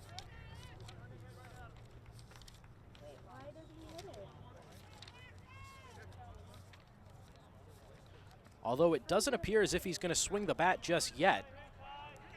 Tyler Renaud, in 15 games played this season, had a 179 batting average. Did drive in 2 runs. Takes that one up and away. As that one gets by Gonzalez at shortstop, but backed up well by Haggerty in center field. So Gibb with a couple of errant throws behind the dish after he had made a couple of stellar plays behind there so far today. Getting a little bit anxious with his arm. 2-1 to Renaud. He's tried to bunt so far, and he tries to again, but the pitch misses outside, ball 3.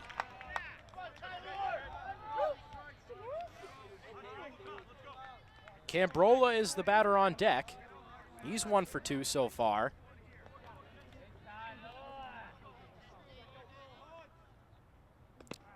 As Renaud wanted time on that play, but the ball misses anyway. Hutchinson had to deliver. And now a little bit of speed on first base as Tyler Renaud is on after a walk, a pinch hit walk. It'll be Kevin Cambrola, who, as I mentioned, is 1 for 2 on the day, and will have a mound visit. Coach Mike Armour steps out to the mound. Brings all his infielders in for this meeting. I caught up with Coach Armour before the game, and he actually said he was happy that Milford won the second game of this 2-game season series. I asked him why, and he said it's hard to beat a team 3 times in a row. Of course, Stoughton winning the first matchup back in April by a score of 15-0. That game was played here in Stoughton, and then Milford came away with an 8-6 victory in the second matchup at Pheno Field in Milford. So even though the 2-0 over Milford momentum would have been nice, Coach Mike Armour actually said he's happy that Stoughton dropped a game to Milford. And right now, that strategy, I guess, is paying off. Stoughton up 2-1 in the top of the 6th inning, but Milford is threatening yet again with Cambrola at the dish. He sends a bunt down. Hutchinson fields it, attempts to get Masick out at third, and he does. Masick not the fastest runner between second and third, and that ball was pretty well placed by Cambrola, a little bit too hard out towards Hutchinson, and he's able to field it with his bare hand and throw on to third base to cut down Masick. So the bunt attempt backfires for Milford, and it'll send in Tony Mobilia, who was able to get on via bunt in his last at-bat. Let's see if they have him squaring away. They do not. That one is pumped in by Hutchinson for a strike.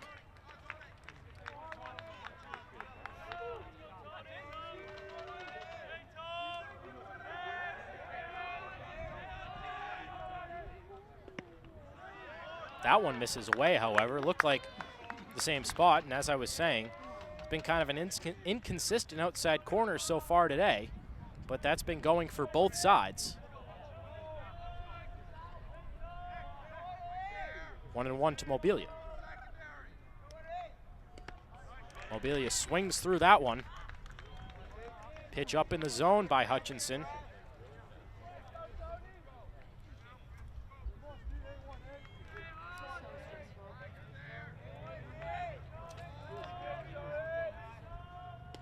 Mobilia swings through that one too. And down he goes for strike 3. Come on, Ryan! You got it, Ryan! Come on, Ryan! And the saga continues. Pitchers pitching out of jams. Hutchinson is one out away from stranding 2 Milford runners on the base paths again. Helped himself with a nice fielding play off the mound off a Cambrola bunt attempt, and then strikes out Mobilia. 2 down in the inning, and back to the top it goes for Gonzalez. He sends one out towards Gallagher at second base. He bobbles it at second, and Gonzalez will be safe. Didn't get far enough away from Gallagher for Renault to try to score from third base.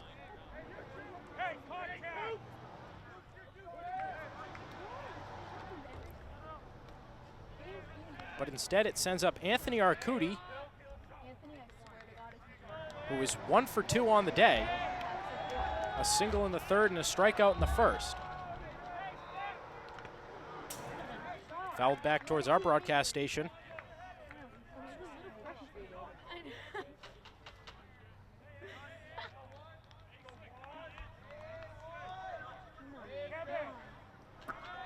So an error by Gallagher. Stoughton's second baseman keeps this inning alive for Milford. Bases loaded with Milford's number 2 hitter at the dish. Off-speed pitch misses in the dirt. 1-1 the count.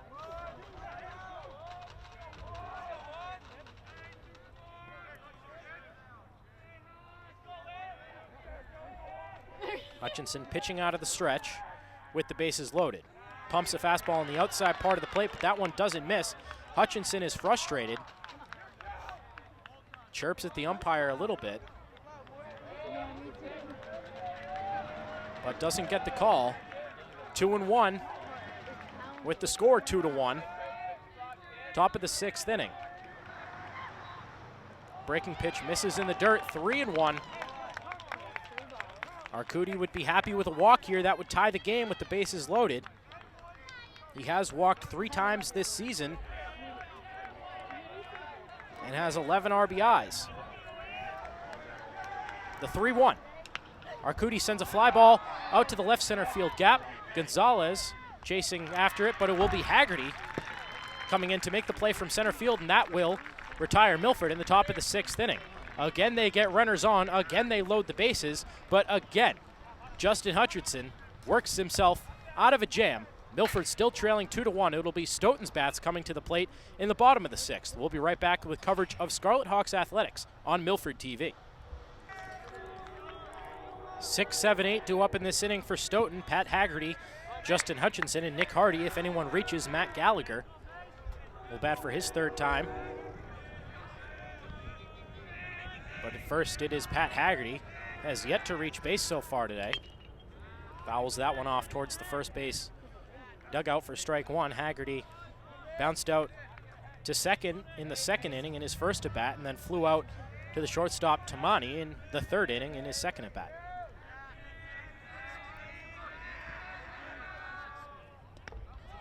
Masick misses with the breaking pitch. 1-1 the count. Stoughton looking for some insurance. Milford will send their big bats to the plate in the top of the 7th inning, their last chance to come back from this 2-1 deficit. It'll be Wild, Tamani, and Cody. 3, 4, 5 due up for Milford in the top of the 7th. So Stoughton looking for some insurance as Haggerty fouls that one off. 2-2 the count.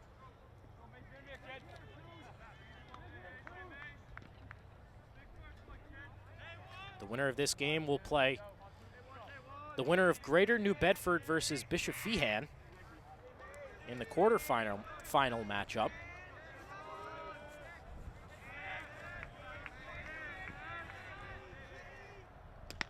And down goes Haggerty via swing and a miss. Masick gets another punch out. His 5th of the day. That'll bring in Justin Hutchinson, who struck out in the 3rd, also doubled in the 2nd.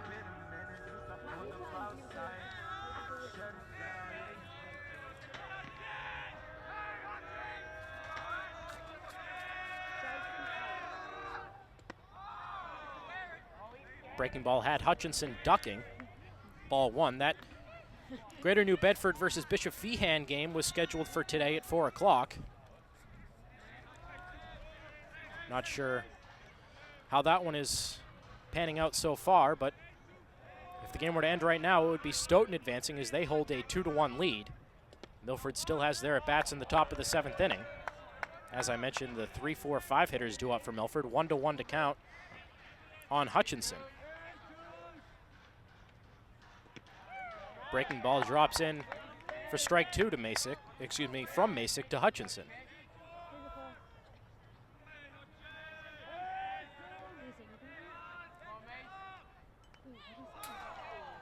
Had Hutchinson ducking at the plate on that fastball from Masick. It actually hit Hutchinson's bat.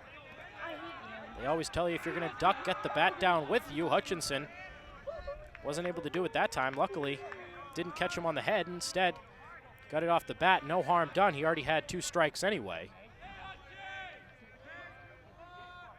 So a harmless foul ball off the bat of Hutchinson.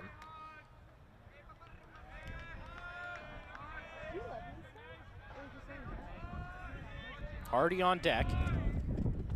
Hutchinson takes a ball in the dirt. Count is full.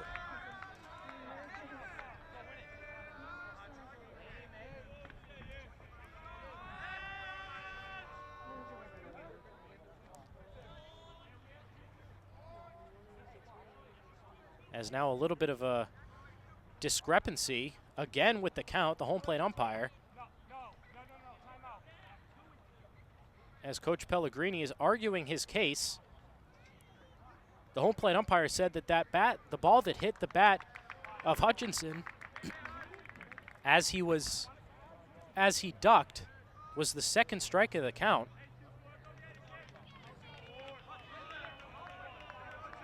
And I think Coach Pellegrini is right. I also had that as 2 strikes going into that pitch. But now it's 3 balls rather than, I think Coach Pellegrini is arguing there only should be 2. As now it pans out with a single for Hutchinson the other way. Coach Pellegrini is livid.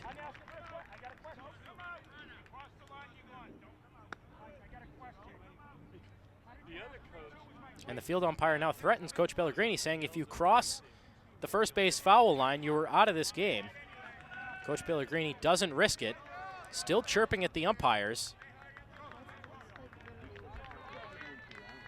Now have a pinch runner at first base. It will be sophomore Robert Seaman.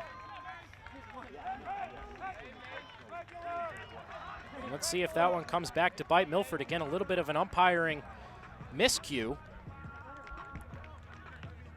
Result could have been the same either way, but gives Coach Pellegrini an excuse to argue, as that one was sent out to right field on an opposite field base hit by Hutchinson, his second of the game. So he's done his part at the plate and on the mound, as it is now Nick Hardy, the left fielder. 0 for 1 on the day is Hardy. Breaking ball drops in.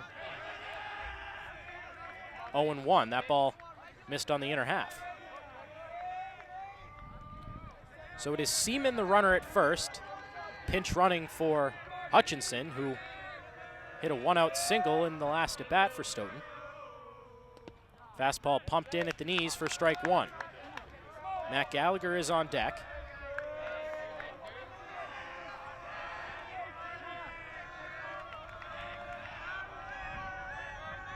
Masick laboring again here in the 6th inning. Has only had one clean sheet so far. That came back in the 4th inning. Struck out Nick Hardy in that 4th inning to lead off that inning.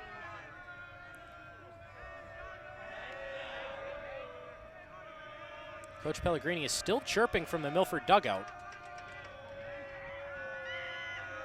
Masick a long stare into Wild, now checks Seaman at first, and Hardy calls time.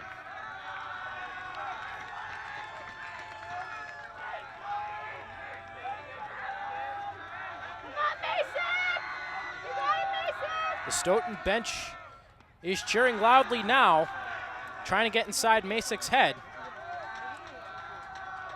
2-1 the count. Seaman the runner at first, pinch running for Hutchinson, who hit a one-out single one batter ago. Seaman not running. Pitch misses away, 3-1.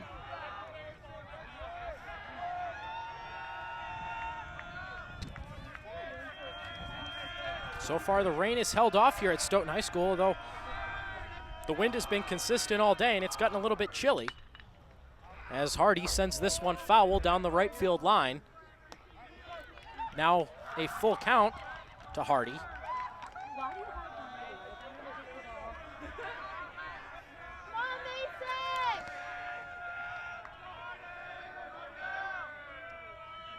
Really started off as a beautiful day here from Stoughton High School. But luckily, we've gotten through most of 6 innings with no rain. Anthony Mazzini on the call here from Stoughton High School. Thank you for spending part of your day with us. Stoughton versus Milford High in this 13 versus 4 seeding matchup in the MIAA Division II South High School Baseball playoff bracket.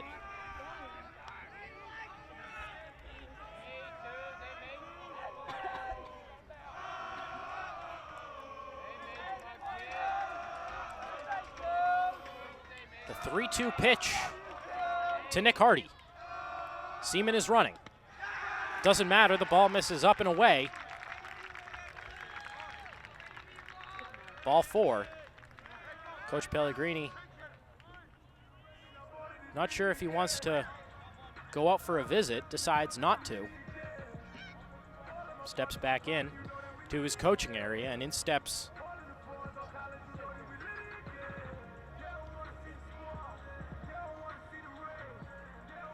a pinch hitter.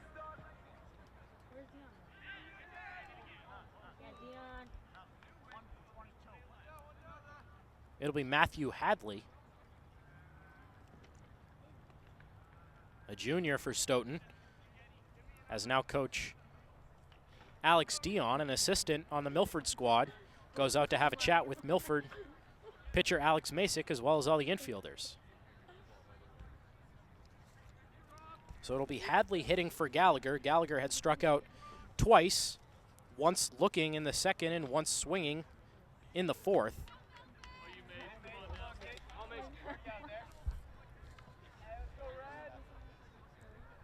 Hadley on the year, a .267 batting average.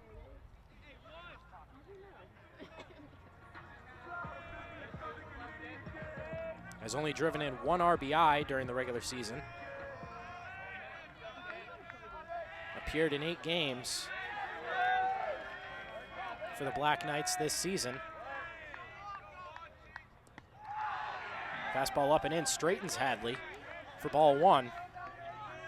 2-1 the score here in the bottom of the 6th.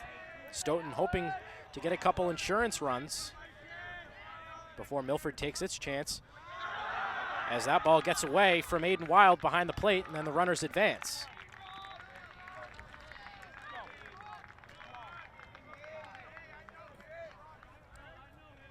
It is Seaman the runner at third and Hardy the runner at second base.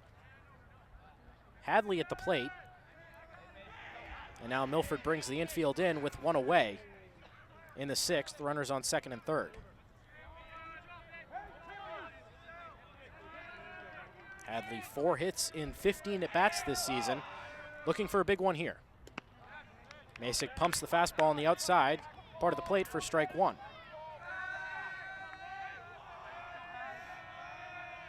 The winner plays Greater New Bedford or Bishop Feehan, whoever is the winner of that game, as now Hadley bunts. It is a safety squeeze. Seaman at third does not go. And Hadley is thrown out at first. A good job by Masick getting off the mound. Looking Seaman back, realized he wasn't going and then fired on. Talagretza at first base to throw out Hadley.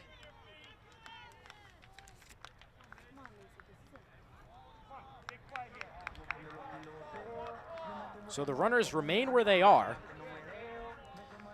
And it'll be Ruben Gonzalez stepping to the plate. Hitless on the day is Gonzalez. We talked about how he's eaten up Milford pitching this year. Breaking ball drops in for strike 1. 5 hits in 2 games versus the Scarlet Hawks. For Gonzalez, the shortstop for Stoughton. Foul tips that one into the glove of Wild for strike 2.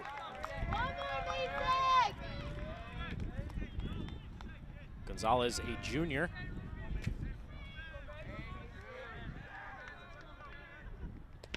Strike 3, Masick punches him out. Another big strikeout by Alex Masick, working his way out of yet another jam. He has done his part. It's been a pitcher's duel so far. 2-1, heading to the top of the 7th. Let's see if Hutchinson goes back out to finish what he started. We'll be right back with coverage of Scarlet Hawks athletics and the first round of the Division II South MIAA playoff bracket right here on Milford TV. So we have a new pitcher on the mound. It will be Luke Johnson sliding from third base to the pitcher's mound. Justin Hutchinson goes out to left field to replace Nick Hardy. He comes out of the game. And into the game at third base is Michael Bate. So Johnson trying to shut this one down. Comes into today, ranked 25th in ERA in the Hockomock League with a .239. As Aiden Wild starts off this inning getting hit by a pitch. So Milford has the lead runner on in their last set of outs, unless they can tie the game or go ahead, as Coach Mike Armour now wants to have a word with the home plate umpire.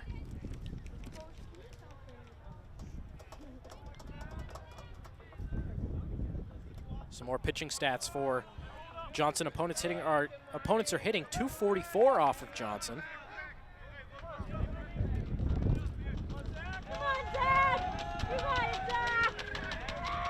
Has allowed 10 earned runs in 29 in the third innings pitches. That one gets by Gibb.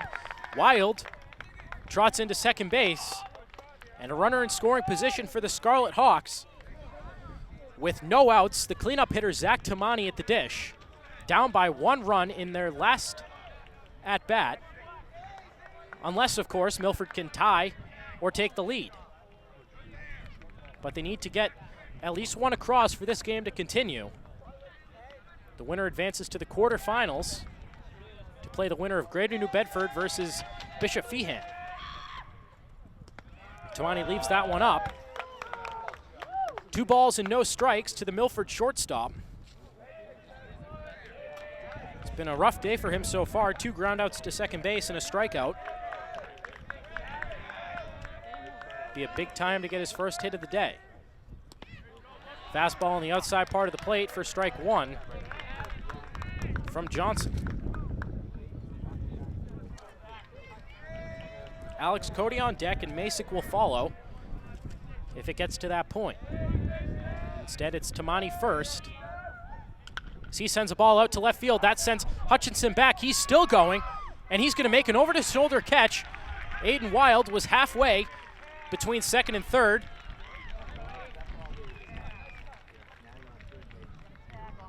And Coach Pellegrini is saying Aiden should have tagged on that one. Kind of a tough play to decide what to do if you're a runner on second base. That ball was hit so far, that one could have dropped. But at the same time, you need a runner as close to scoring as possible. Let's see if that one comes back to bite Milford. Tamani certainly gave it a ride, but has nothing to show for it as Alex Cody swings through that one for strike 1.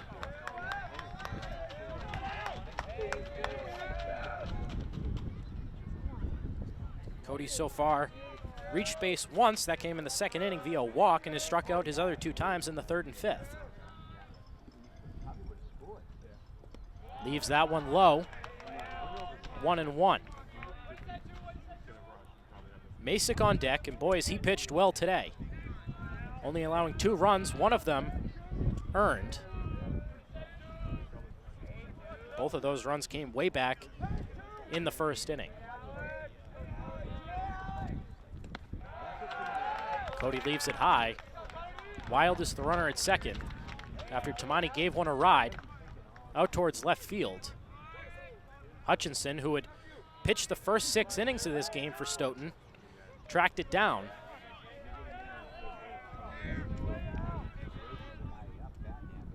As Cody sends a line drive up the middle, that one's going to fall in front of Haggerty. Coach Dion is sending Wild around third, and he will score. The ball is cut off by Connolly at first, and Milford ties the game at 2.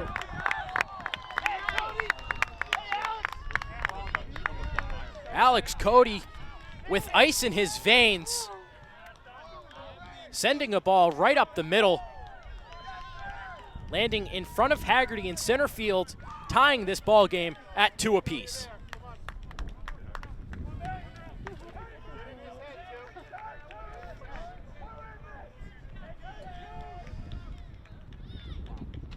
So the base running blunder by Wilds, not tagging on that ball hit by Tamani out to left field, does not come back to bite Milford. Wild scores anyway on an RBI single by sophomore Alex Cody. And with 1 out in the inning, in steps Alex Masick. Strike 1.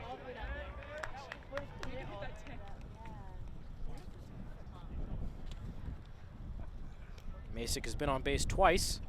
Ripped a single in his last at-bat. Johnson with a long stare over to Cody at first. Long pause, and now his delivery. Masick way out in front.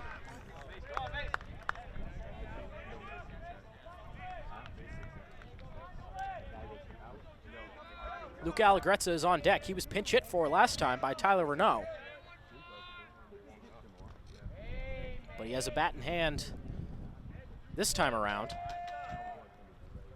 as Masick sends another ball out towards the gap in left center field. That one's going to fall as well. Not hit far enough for Cody to try to advance to third, but Masick with his second hit of the day, and Milford with back-to-back singles is threatening. Yet again, they've already plated 1 to tie the game at 2, but looking for another one to take the lead.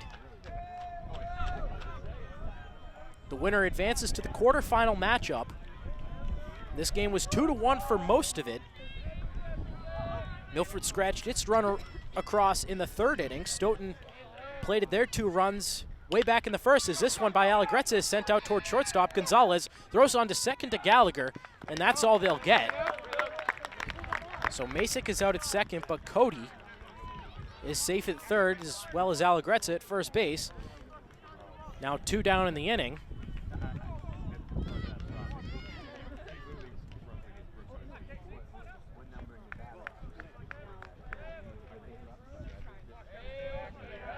in steps Kevin Cambrola.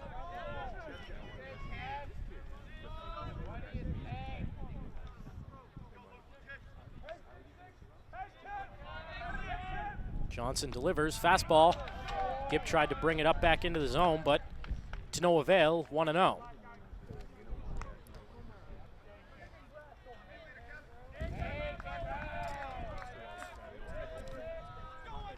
Milford with runners on the corners.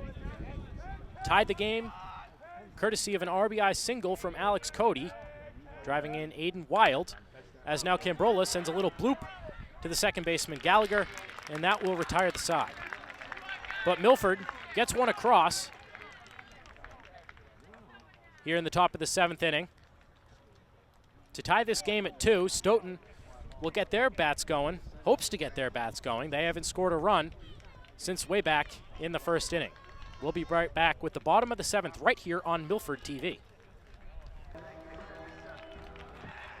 So Stoughton has an opportunity to end this ball game if they are able to score in the bottom of the 7th inning. 2, 3, 4 due up for Stoughton. It'll start with Ryan Sullivan, who is 2 for 2 on the day. Tripled home one of 2 Stoughton runs back in the 1st inning. Then singled and stole a base in the 3rd and was hit by a pitch in the 5th. Masick misses up and away, ball 1.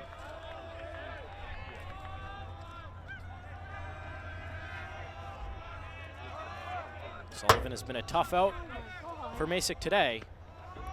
Fastball a little bit high, 2-0. You're gonna kill me. I believe in you.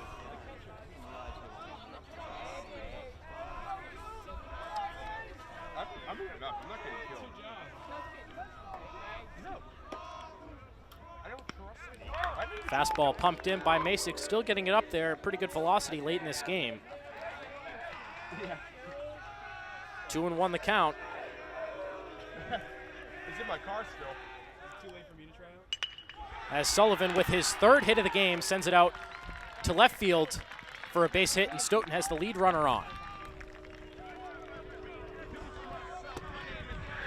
Ryan Sullivan, you want to talk about an athlete, also a star in basketball and football, particularly in football. He was ranked the 5th best running back and the 4th best defensive back in the Hawk.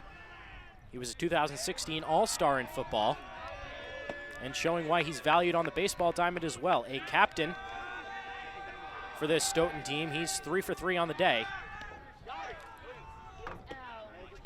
And someone you have to pay attention to over at first base is Masick checks, but Sullivan dives in easily.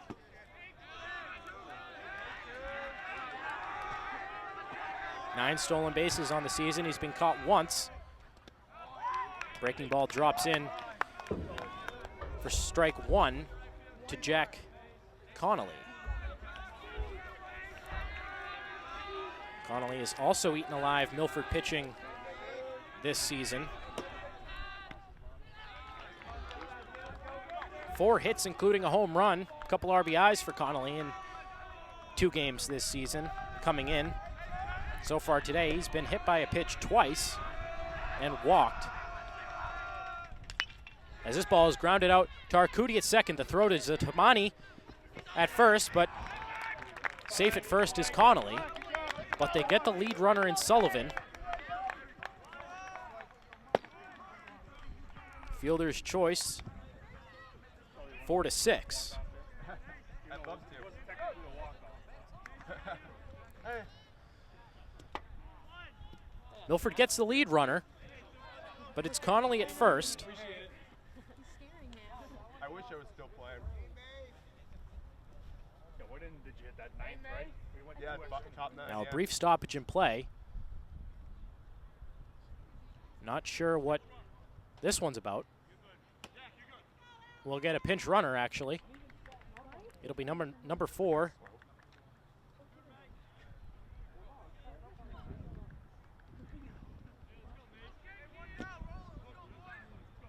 John Swirzewski.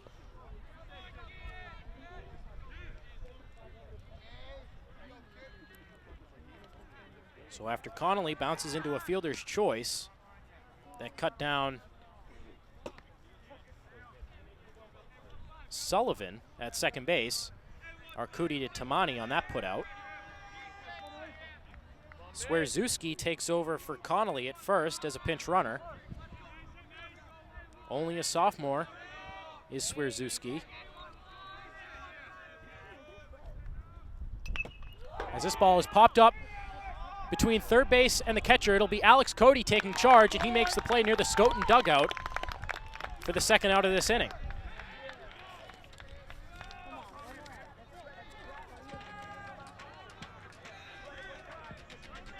So Johnson, who had checked in to pitch, gave up the tying run in the top of the seventh, makes quick work of himself, flies out to Alex Cody at third, and in steps Evan Gibb. 1 for 3 on the day is Gibb.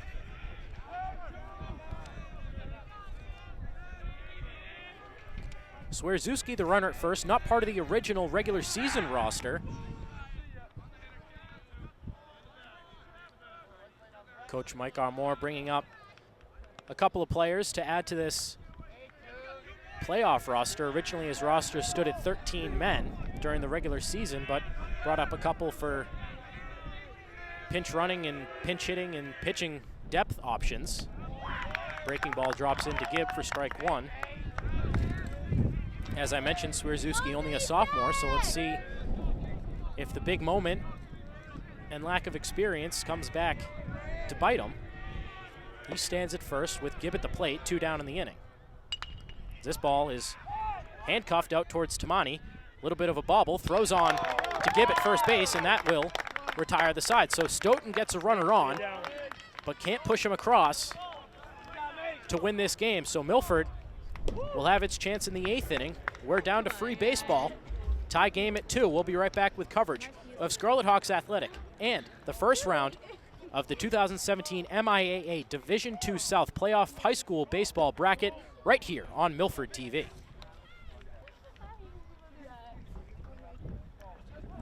So it's free baseball here from Stoughton High School. Anthony Mazzini on the call. Thank you for being part of this thrilling matchup between Stoughton High School and Milford High School. These teams split their regular season series 1 game apiece. Looking for not only bragging rights here in the 3rd game, but also a chance to advance to the quarterfinal. It is Luke Johnson still on the mound. He allowed the tying run to reach back in the 7th inning, and then that tying run came all the way around to score via an Alex Cody RBI single that brought home Aiden Wild, and that's where we stand now, 2-2. Here in the top of the 8th, it is Tony Mobilia leading off for Milford. Takes a ball, 1-1.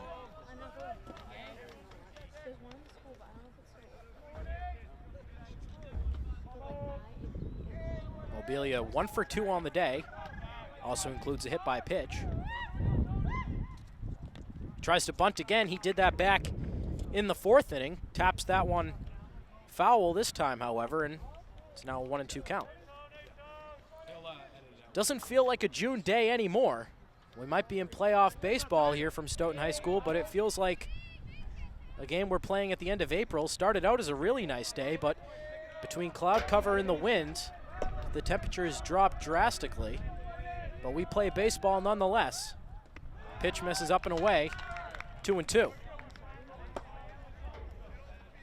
Really an exciting game so far. Both pitchers, Alex Masick and then the starter for Stoughton, Justin Hutchinson, pitched out of jams the entire game to get to this point as Mobilia, defensive swing, fouls that one off behind home plate, keeping the count at 2-2.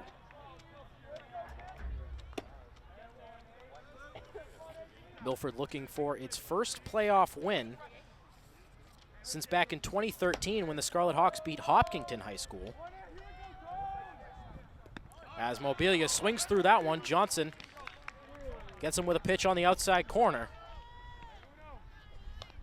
Second strikeout on the day for Mobilia. Come on, Ryan!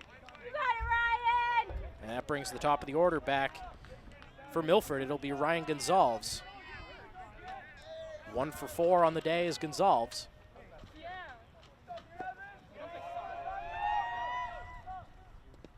Swings right through that one.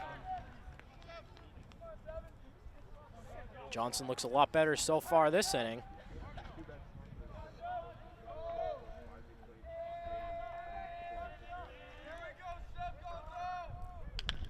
Gonzalez sends that one over towards the hole near short and third. Gonzalez with a long throw, a jump throw, and they get him at first. What a play by Ruben Gonzalez in the hole. Derek Jeter-esque on that one with a little jump throw across the diamond. And even with the speedy Gonzalez running down the line, that's the second out of the inning. Good play by Ruben Gonzalez to keep a runner off the base paths.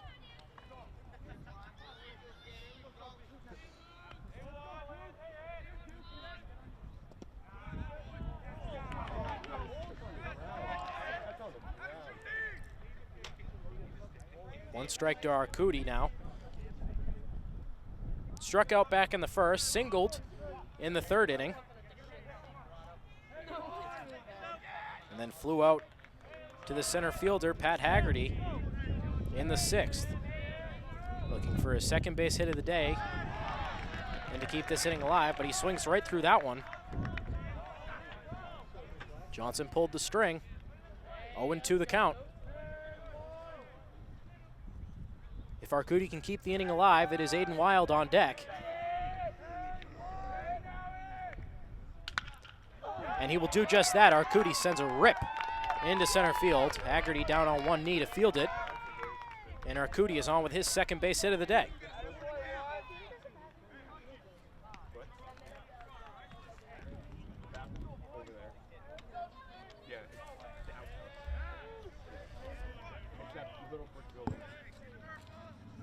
Aiden Wild steps to the plate now. 1 for 2 on the day is Wild. He scored the tying run in the the top of the 7th inning.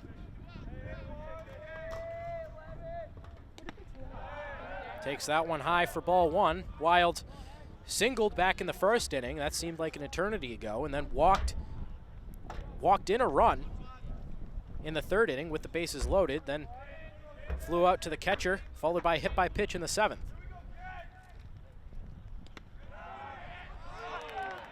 At the letters for strike 1.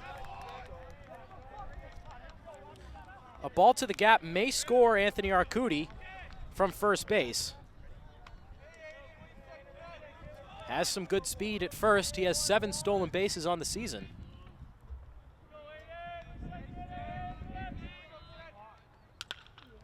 And Wild sends that one down the left field line, but it goes foul.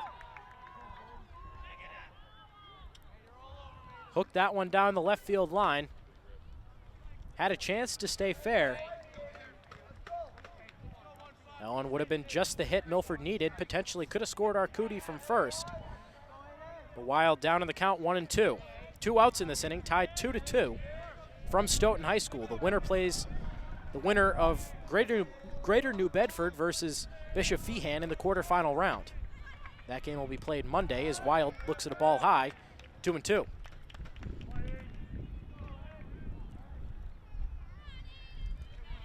If the inning continues, Zach Tamani is on deck.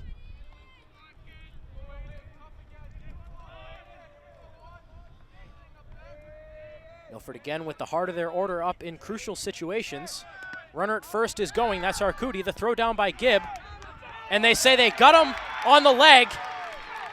Arcudi is not happy. Coach Pellegrini is out to argue.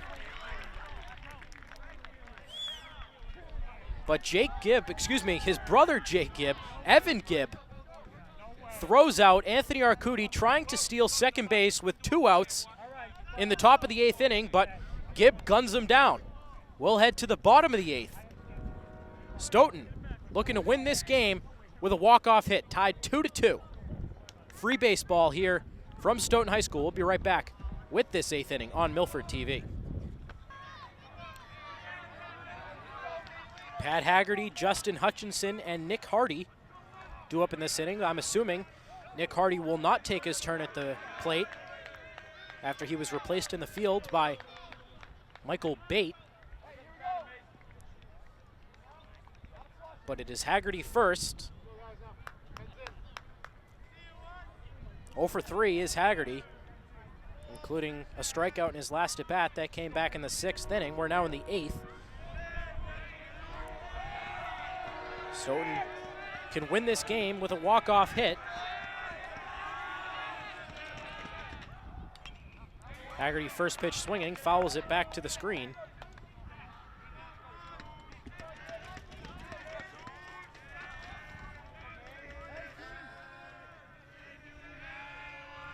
Masick still out there throwing for Milford. As I mentioned earlier in the broadcast, Coach Pellegrini likes to ride his starters as long as possible. That one just misses at the bottom of the zone, 1-1. Some other pitchers that Milford could turn to if needed. As Masick misses high with that one, would be Aiden Wild, who of course is catching for Milford in this game. Nate Irwin is another possible arm.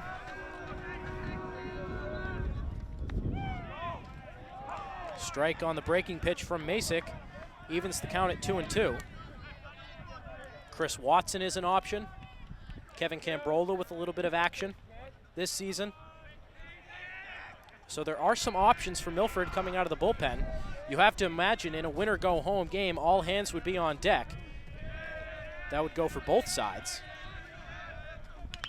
As Haggerty sends that one to the left side of the field, Kevin Cambrola coming in, settles under it, and retires Haggerty for the first out of the inning.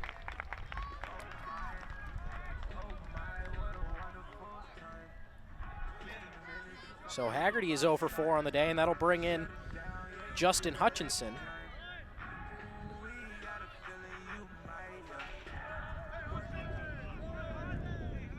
Hutchinson has had a good day at the plate.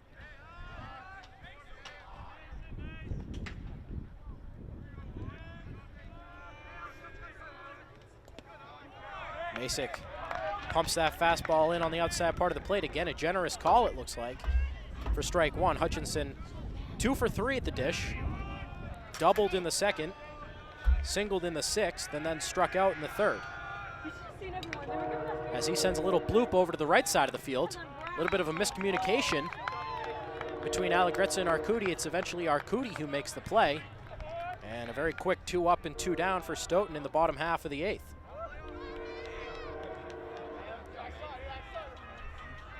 And it is indeed Michael Bate striding to the plate now.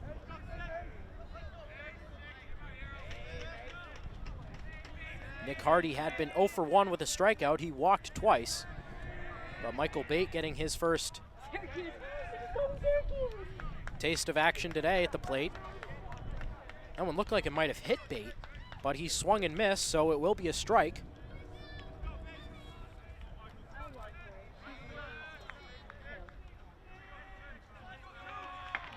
Bate batting .231 during the regular season. In pretty limited action, only 11 games. Only 13 at-bats for Bate.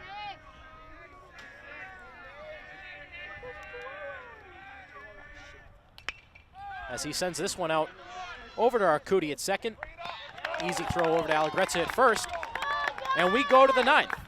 Game still tied at 2 apiece. Nice, Milford! Stoughton versus Milford here from Stoughton High School. We'll be right back with top of the 9th inning action. Milford 3-4-5. We know what happened last time they had that combination up. They played it. The game's tying run in the 7th inning. We'll be right back with that 9th inning right here on Milford TV.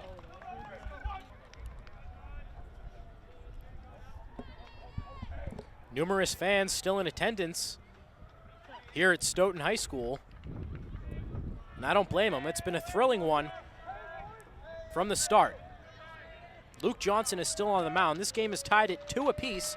Milford scored the tying run in their last at-bat in the 7th inning, as now Wild leads off this inning with a single past the dive of Michael Bate. And Milford has the lead runner on, and talk about deja vu. That's exactly how the 7th inning started when Milford scored the tying run. Except Wild got on via hit by pitch. This time it's a single. Milford will take it any way they can get it, looking to push across the go-ahead run. Tamani at the dish now. Wild at first. Johnson still on the mound, steps off and checks on Wild. Nothing doing over there. Tamani hitless on the day. Struck out back in the third.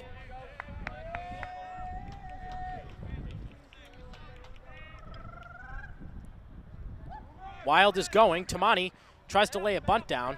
Gets it off the end of the bat, tried to push it up the first base line, and it goes foul.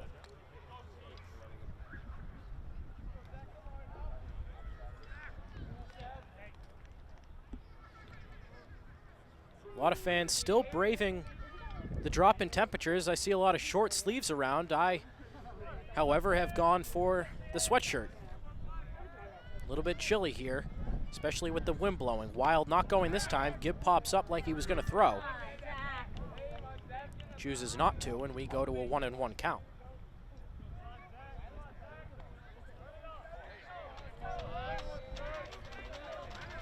Anthony Mazzini on the call from Stoughton High School. The Milford softball team is leading in their game, happening simultaneously as Tamani sends this one out to right field, but tracking it is Ryan Sullivan, and he makes the catch for the first out of the inning. Tamani 0 for 5 on the day.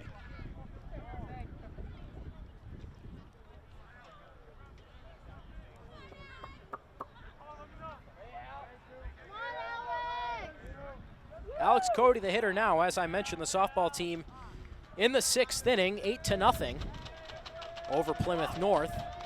So that game moving in a quicker pace than this one. We're in the 9th inning. That game started an hour after at 4 o'clock. So that game's moving along. This one, not so much, but it's been exciting anyway, and I'm sure everyone here is enjoying it. Cody takes that one at the letters for strike one. He's been the hero so far for Milford in the 7th inning, the top of the 7th inning, when Milford seemed to be doomed after Aiden Wild was able to get on. Alex Cody came through in the clutch with an RBI single, swings through that one on a mighty hack. 0-2.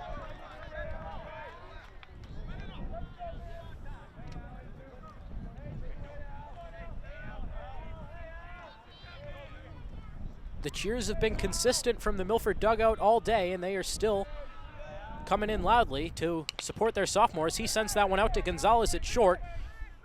Sends it over to the short way to get Wild at second, but not in time to get Cody at first. So a fielder's choice, 6-4 on that one. Can't get the double play.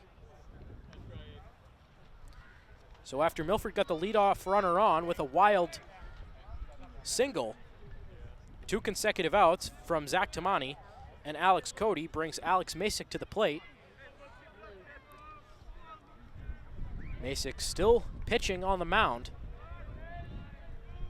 And why not? He's only allowed 1 earned run through 8 innings. 2 runs total, only 1 of them earned. The unearned run came back in the 1st inning when Ryan Sullivan tripled, bringing home Ruben Gonzalez after Gonzalez reached on an E6. Pulled the string on that one. Masick swung right over the top of it for strike one.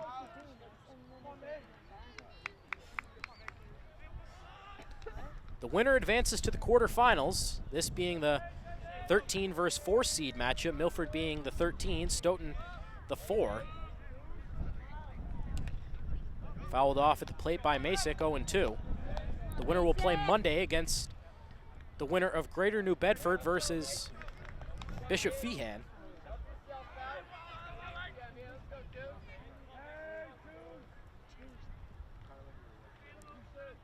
These 2 teams playing here in front of us, 1-2 in the Davenport Division in the Hockomock League. That one bounces way in front of the plate. Alex Cody advances to second base. Good stop by Gibb just to keep that one in front of him, but bounced far enough away for Cody to take second. So a sitting duck out there for Masick.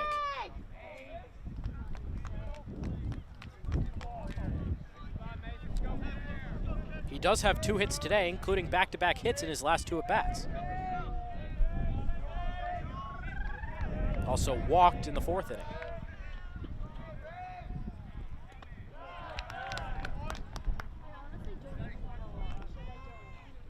Stoughton and Milford split the season series 1 game apiece.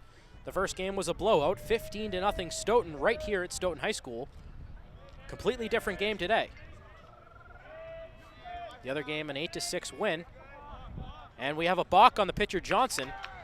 Thought he had all the signs from Gibb. Miscommunication that time, and now Gibb will go out to talk. Johnson started to come set, realized he didn't have all the signs from Gibb.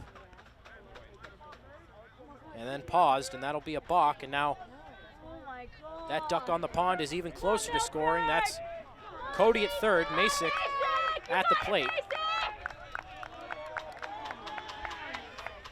Johnson sets and his delivery. Masick bounds that one towards third base. It's going to be a tough play. Cody crosses the plate, but can they throw the runner at first? They cannot. That ball gets by Connolly at first, and Masick drives in the go-ahead run. Alex Cody crosses the plate, and Milford takes a 3-2 lead.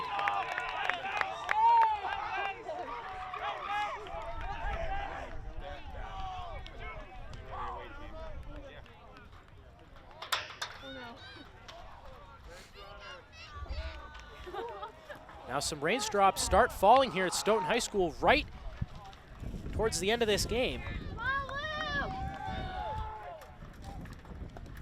As Luke Allegretz is the batter now, swings through that one for strike one. Come on, Luke! You got it, Luke!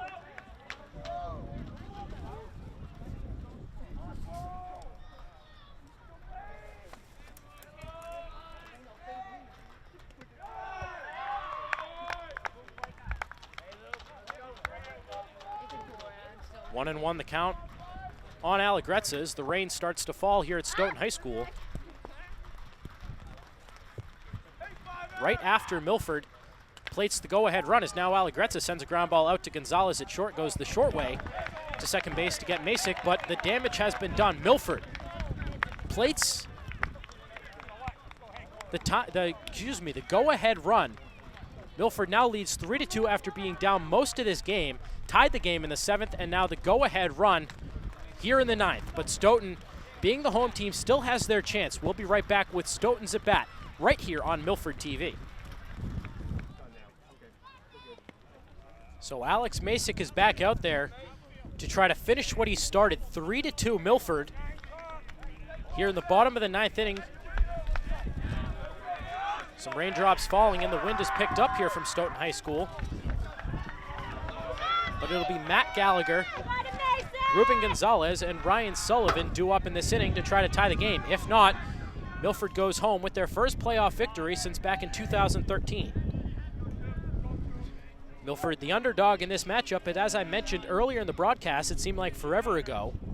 As of yesterday, all higher seeds have won and defeated the seemingly favorite in every matchup so far in the D2 South bracket. Milford is looking to continue that trend. Fastball on the outside part of the plate for Masick, strike one. I actually saw a little bit of an interesting development after Masick drove home that run in the the top of the inning. I saw Coach Pellegrini reach out to assistant coach Alex Dion, the third base coach, about whether or not they wanted to get someone going in the bullpen and whether they wanted Masick to finish this game.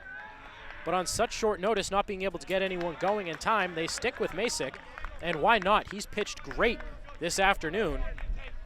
Has an 0-2 count to Matt Gallagher, who has struck out twice.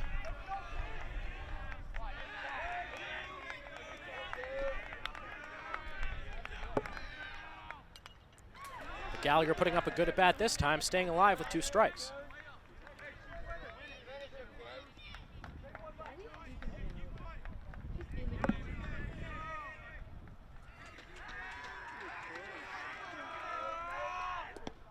Masick misses low and away.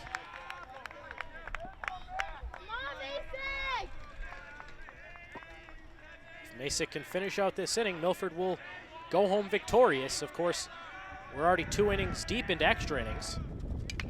As Gallagher sends this one, a slowly hit ground ball to Arcudi at second base. A quick throw gets Gallagher at first base. He was busting it down the line.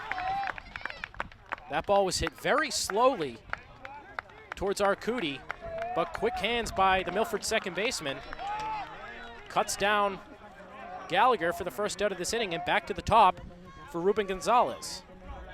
And he's due. Has yet to get a base hit today. He's been on base once. That was on an error by Tamani back in the first.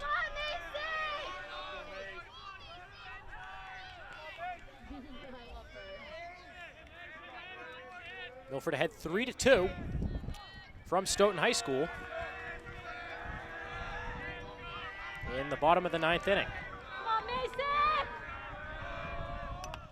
Gonzalez chases one at his eyes, fouls it off behind home plate.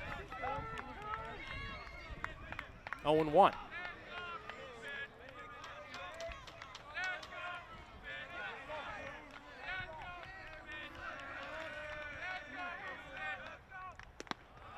Basic goes back upstairs, but Gonzalez doesn't offer it that one.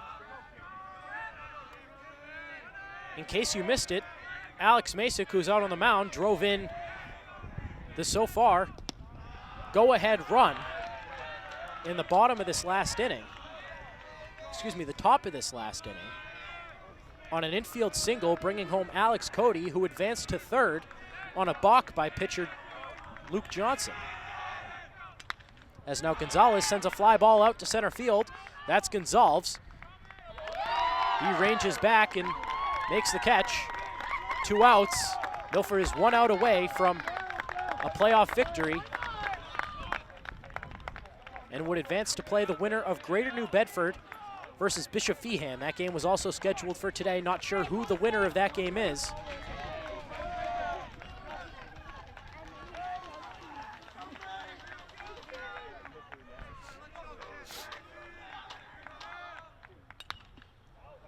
And a pop fly from the last hope from Stoughton goes out of bounds behind the Milford dugout for strike one. This potential hero is Ryan Sullivan, and no one better than Ryan Sullivan to be at the plate now. He's 3 for 4 on the day. He's 3 for 3 actually. One at bat doesn't count. He was hit by a pitch in the 5th. Sullivan ended the season 9th in the Hockomock League in batting average as a breaking ball drops in for strike 2, and Milford is 1 out away from playoff victory.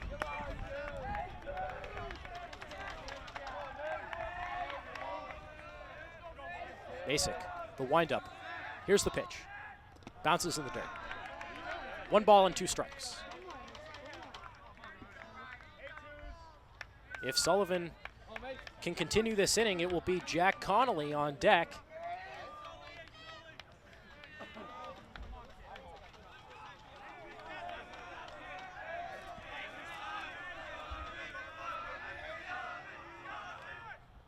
Another one bounces in the dirt.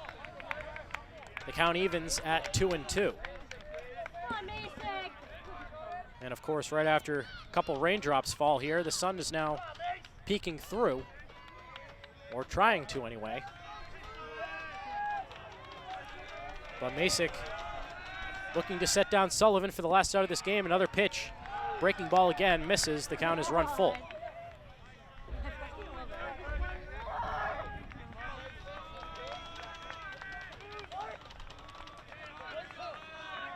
Masick, a deep breath, the windup, and here's the pitch.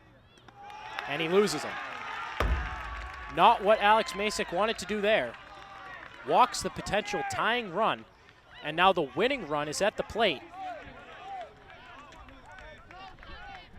It's Jack Connolly. Sullivan's at first. He stole a base back in the 3rd inning. Connolly's been on base 3 times. 2 hit by pitches and a walk. As he now sends one out towards right field. That ball is going to fall in front of Tony Mobilia. A bobble out in right field, but he gets it back in pretty quickly. That ball rolls all the way past Allegretza towards home plate. And Connolly keeps this game alive. The Stoughton side is pumped. Coach Pellegrini with his hand on his hips.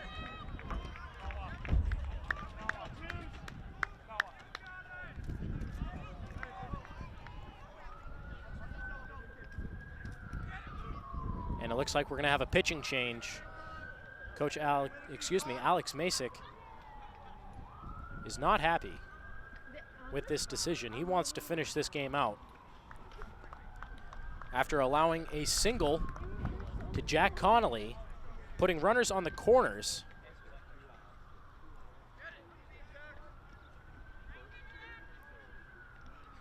It's looking like it's going to be Aiden Wilds coming into pitch, trying to get a save.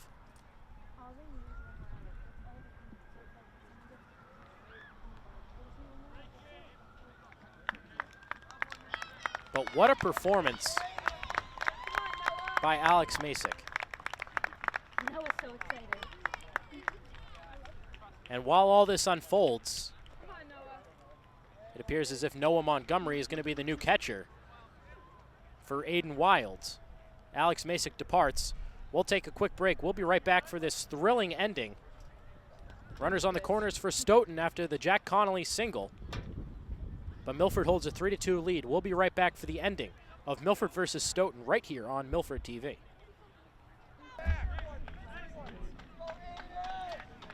So it'll be Aiden Wilds coming in to try to get a save for this Milford team. Noah Montgomery in to catch. Alex Masick goes over to first base, and Luke Allegrezza departs. A big spot for both Wilds and Montgomery. Montgomery comes into the game with runners on the corners. A pass ball scores Sullivan from third to tie this game. But just a minute, let's talk about the performance of Alex Masick. 8 2/3 scattered, 6 hits.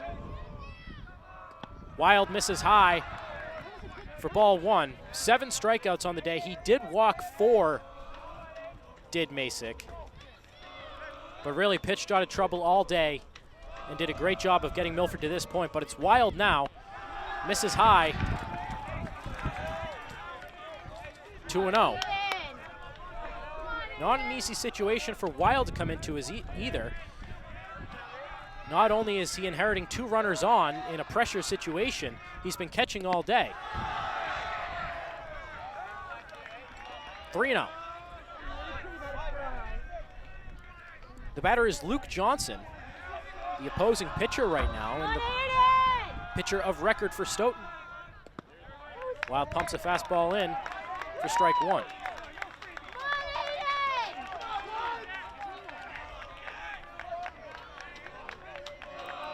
Wilds has started 5 games this season, has yet to come out of the bullpen. He fires a strike on the outside part of the plate for strike 2. A 2.01 earned run average for Wilds in 31 1/3 innings pitched. The 3-2 pitch.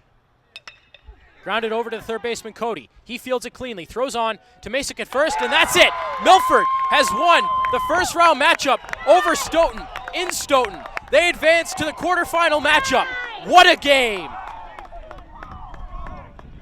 What a performance by the Milford Scarlet Hawks, trailing 2-1 for most of this game.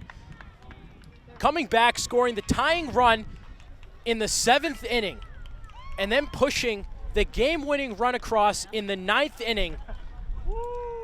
Alex Masick doing it on the mound and at the plate.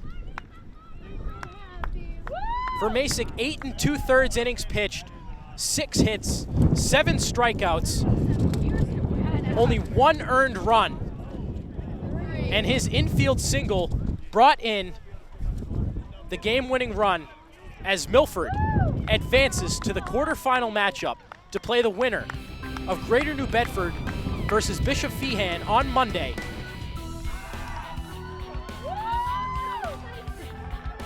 Aiden Wild coming in to get the final out, recording his first save of the season. And overall, just what a game for these Milford players. Stoughton has been eliminated, finishing their season at 15-6, and the trend continues in the D2 South bracket. Milford upsetting the 4th-ranked Stoughton Black Knights by a final score of 3-2 from Stoughton High School. And that about wraps things up here from Stoughton High School. Again, the result, 3-2 Milford, coming back all the way as Alex Masick gets an ice bath from his teammates. For everyone here at Milford TV, but especially my camera operator Tim Rossetti, who made the trek with me to Stoughton High School this afternoon to witness an exciting game between Milford and Stoughton. I am Anthony Mazzini saying so long. Again, Milford, a stunning victory over the Stoughton Black Knights, 3-2 in 9 innings. This has been a presentation of Scarlet Hawks Athletics on Milford TV. Until Monday, everyone. Anthony Mazzini here along with the winning pitcher for the Milford Scarlet Hawks today, Alex Masick. Alex, 8 2/3 innings pitched today, 7 strikeouts, scattering 6 hits. What does a performance like this mean to you, and how did you feel out there today? I felt great out there. So I've been playing with these guys since I was 9. I just didn't want today to be the last game, so I was just locked in from the first pitch.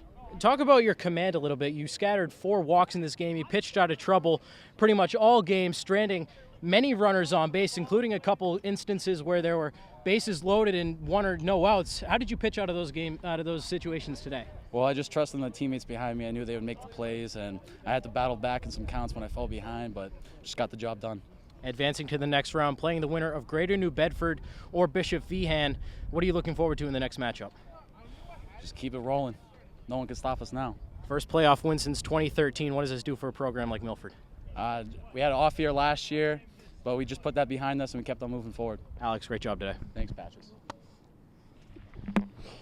Anthony Mazzini here with Milford head coach Paul Pellegrini. Coach, first playoff win since 2013 after a down year last year, missing the playoffs for the first time in 37 years. What does a playoff win like this here at Stoughton, where you lost 15-0 earlier in the year, mean for the baseball program at Milford? Well, it's a big step in the right direction. We've been down a little bit, but it's nice having. We got 12 seniors on our team, and they've really got us back to where I think in the direction we need to go in. So it's been a fun ride with these guys. I want to keep it going.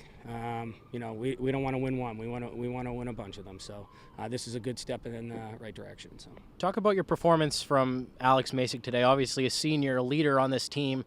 You're really your ace through the entire season. 8 2/3, scattered those 6 hits. Talk about his performance today. Yeah, he didn't. It didn't look like he had a lot on his fastball. He was throwing it for strikes. Early on, 3rd, 4th inning, it didn't look like he was really getting it up there. We went to his off-speed stuff, which was really effective. That's the thing about Alex. He can throw his slider and his changeup for strikes. A lot of high school pitchers can't do it. That's what kept him in the game. That's what kept us in the game. And then he eventually found his fastball to complement everything else. And that's really what kept these guys off balance the whole time. So Alex did a hell of a job. I know he's a little upset. I took him out, after 8 2/3. Well, talk about that. What was your own through your mind? People worry about pitch counts, but I'm just worried about he saw this kid was seeing him for the 5th time. So that's it. He got some good swings on him early. Aiden was fresh. He hasn't thrown. And just to see something a little bit different other than off speed, Aiden can really bring it. He struggled, obviously, with his first 3 pitches, but came back to get the kid. So I wouldn't, even if Aiden let up a hit, I wouldn't question the move. So it was a coach's decision and, a group effort by the coaches. So playing the winner of Greater New Bedford versus Bishop Feehan, that game playing simultaneously today. Yeah. What are you most looking forward to in that matchup? Nothing. Just come out and compete the same way we did today. We'll be okay. I don't know who I'm going to pitch yet on Monday, but it doesn't matter. It's either going to be Irwin or Wild. Either one will be just as effective. I know we have graduation on Sunday. The kids already can't wait to practice. They don't mind being a little bit late. Kind of put a show on. So we'll get we'll get back to business Sunday morning, and we'll go from there. But we're just really excited to win a game in the playoffs, and looking forward to win some more. Congrats on the win today, and best of luck. Looking forward to Monday. No problem. Thank you, Coach.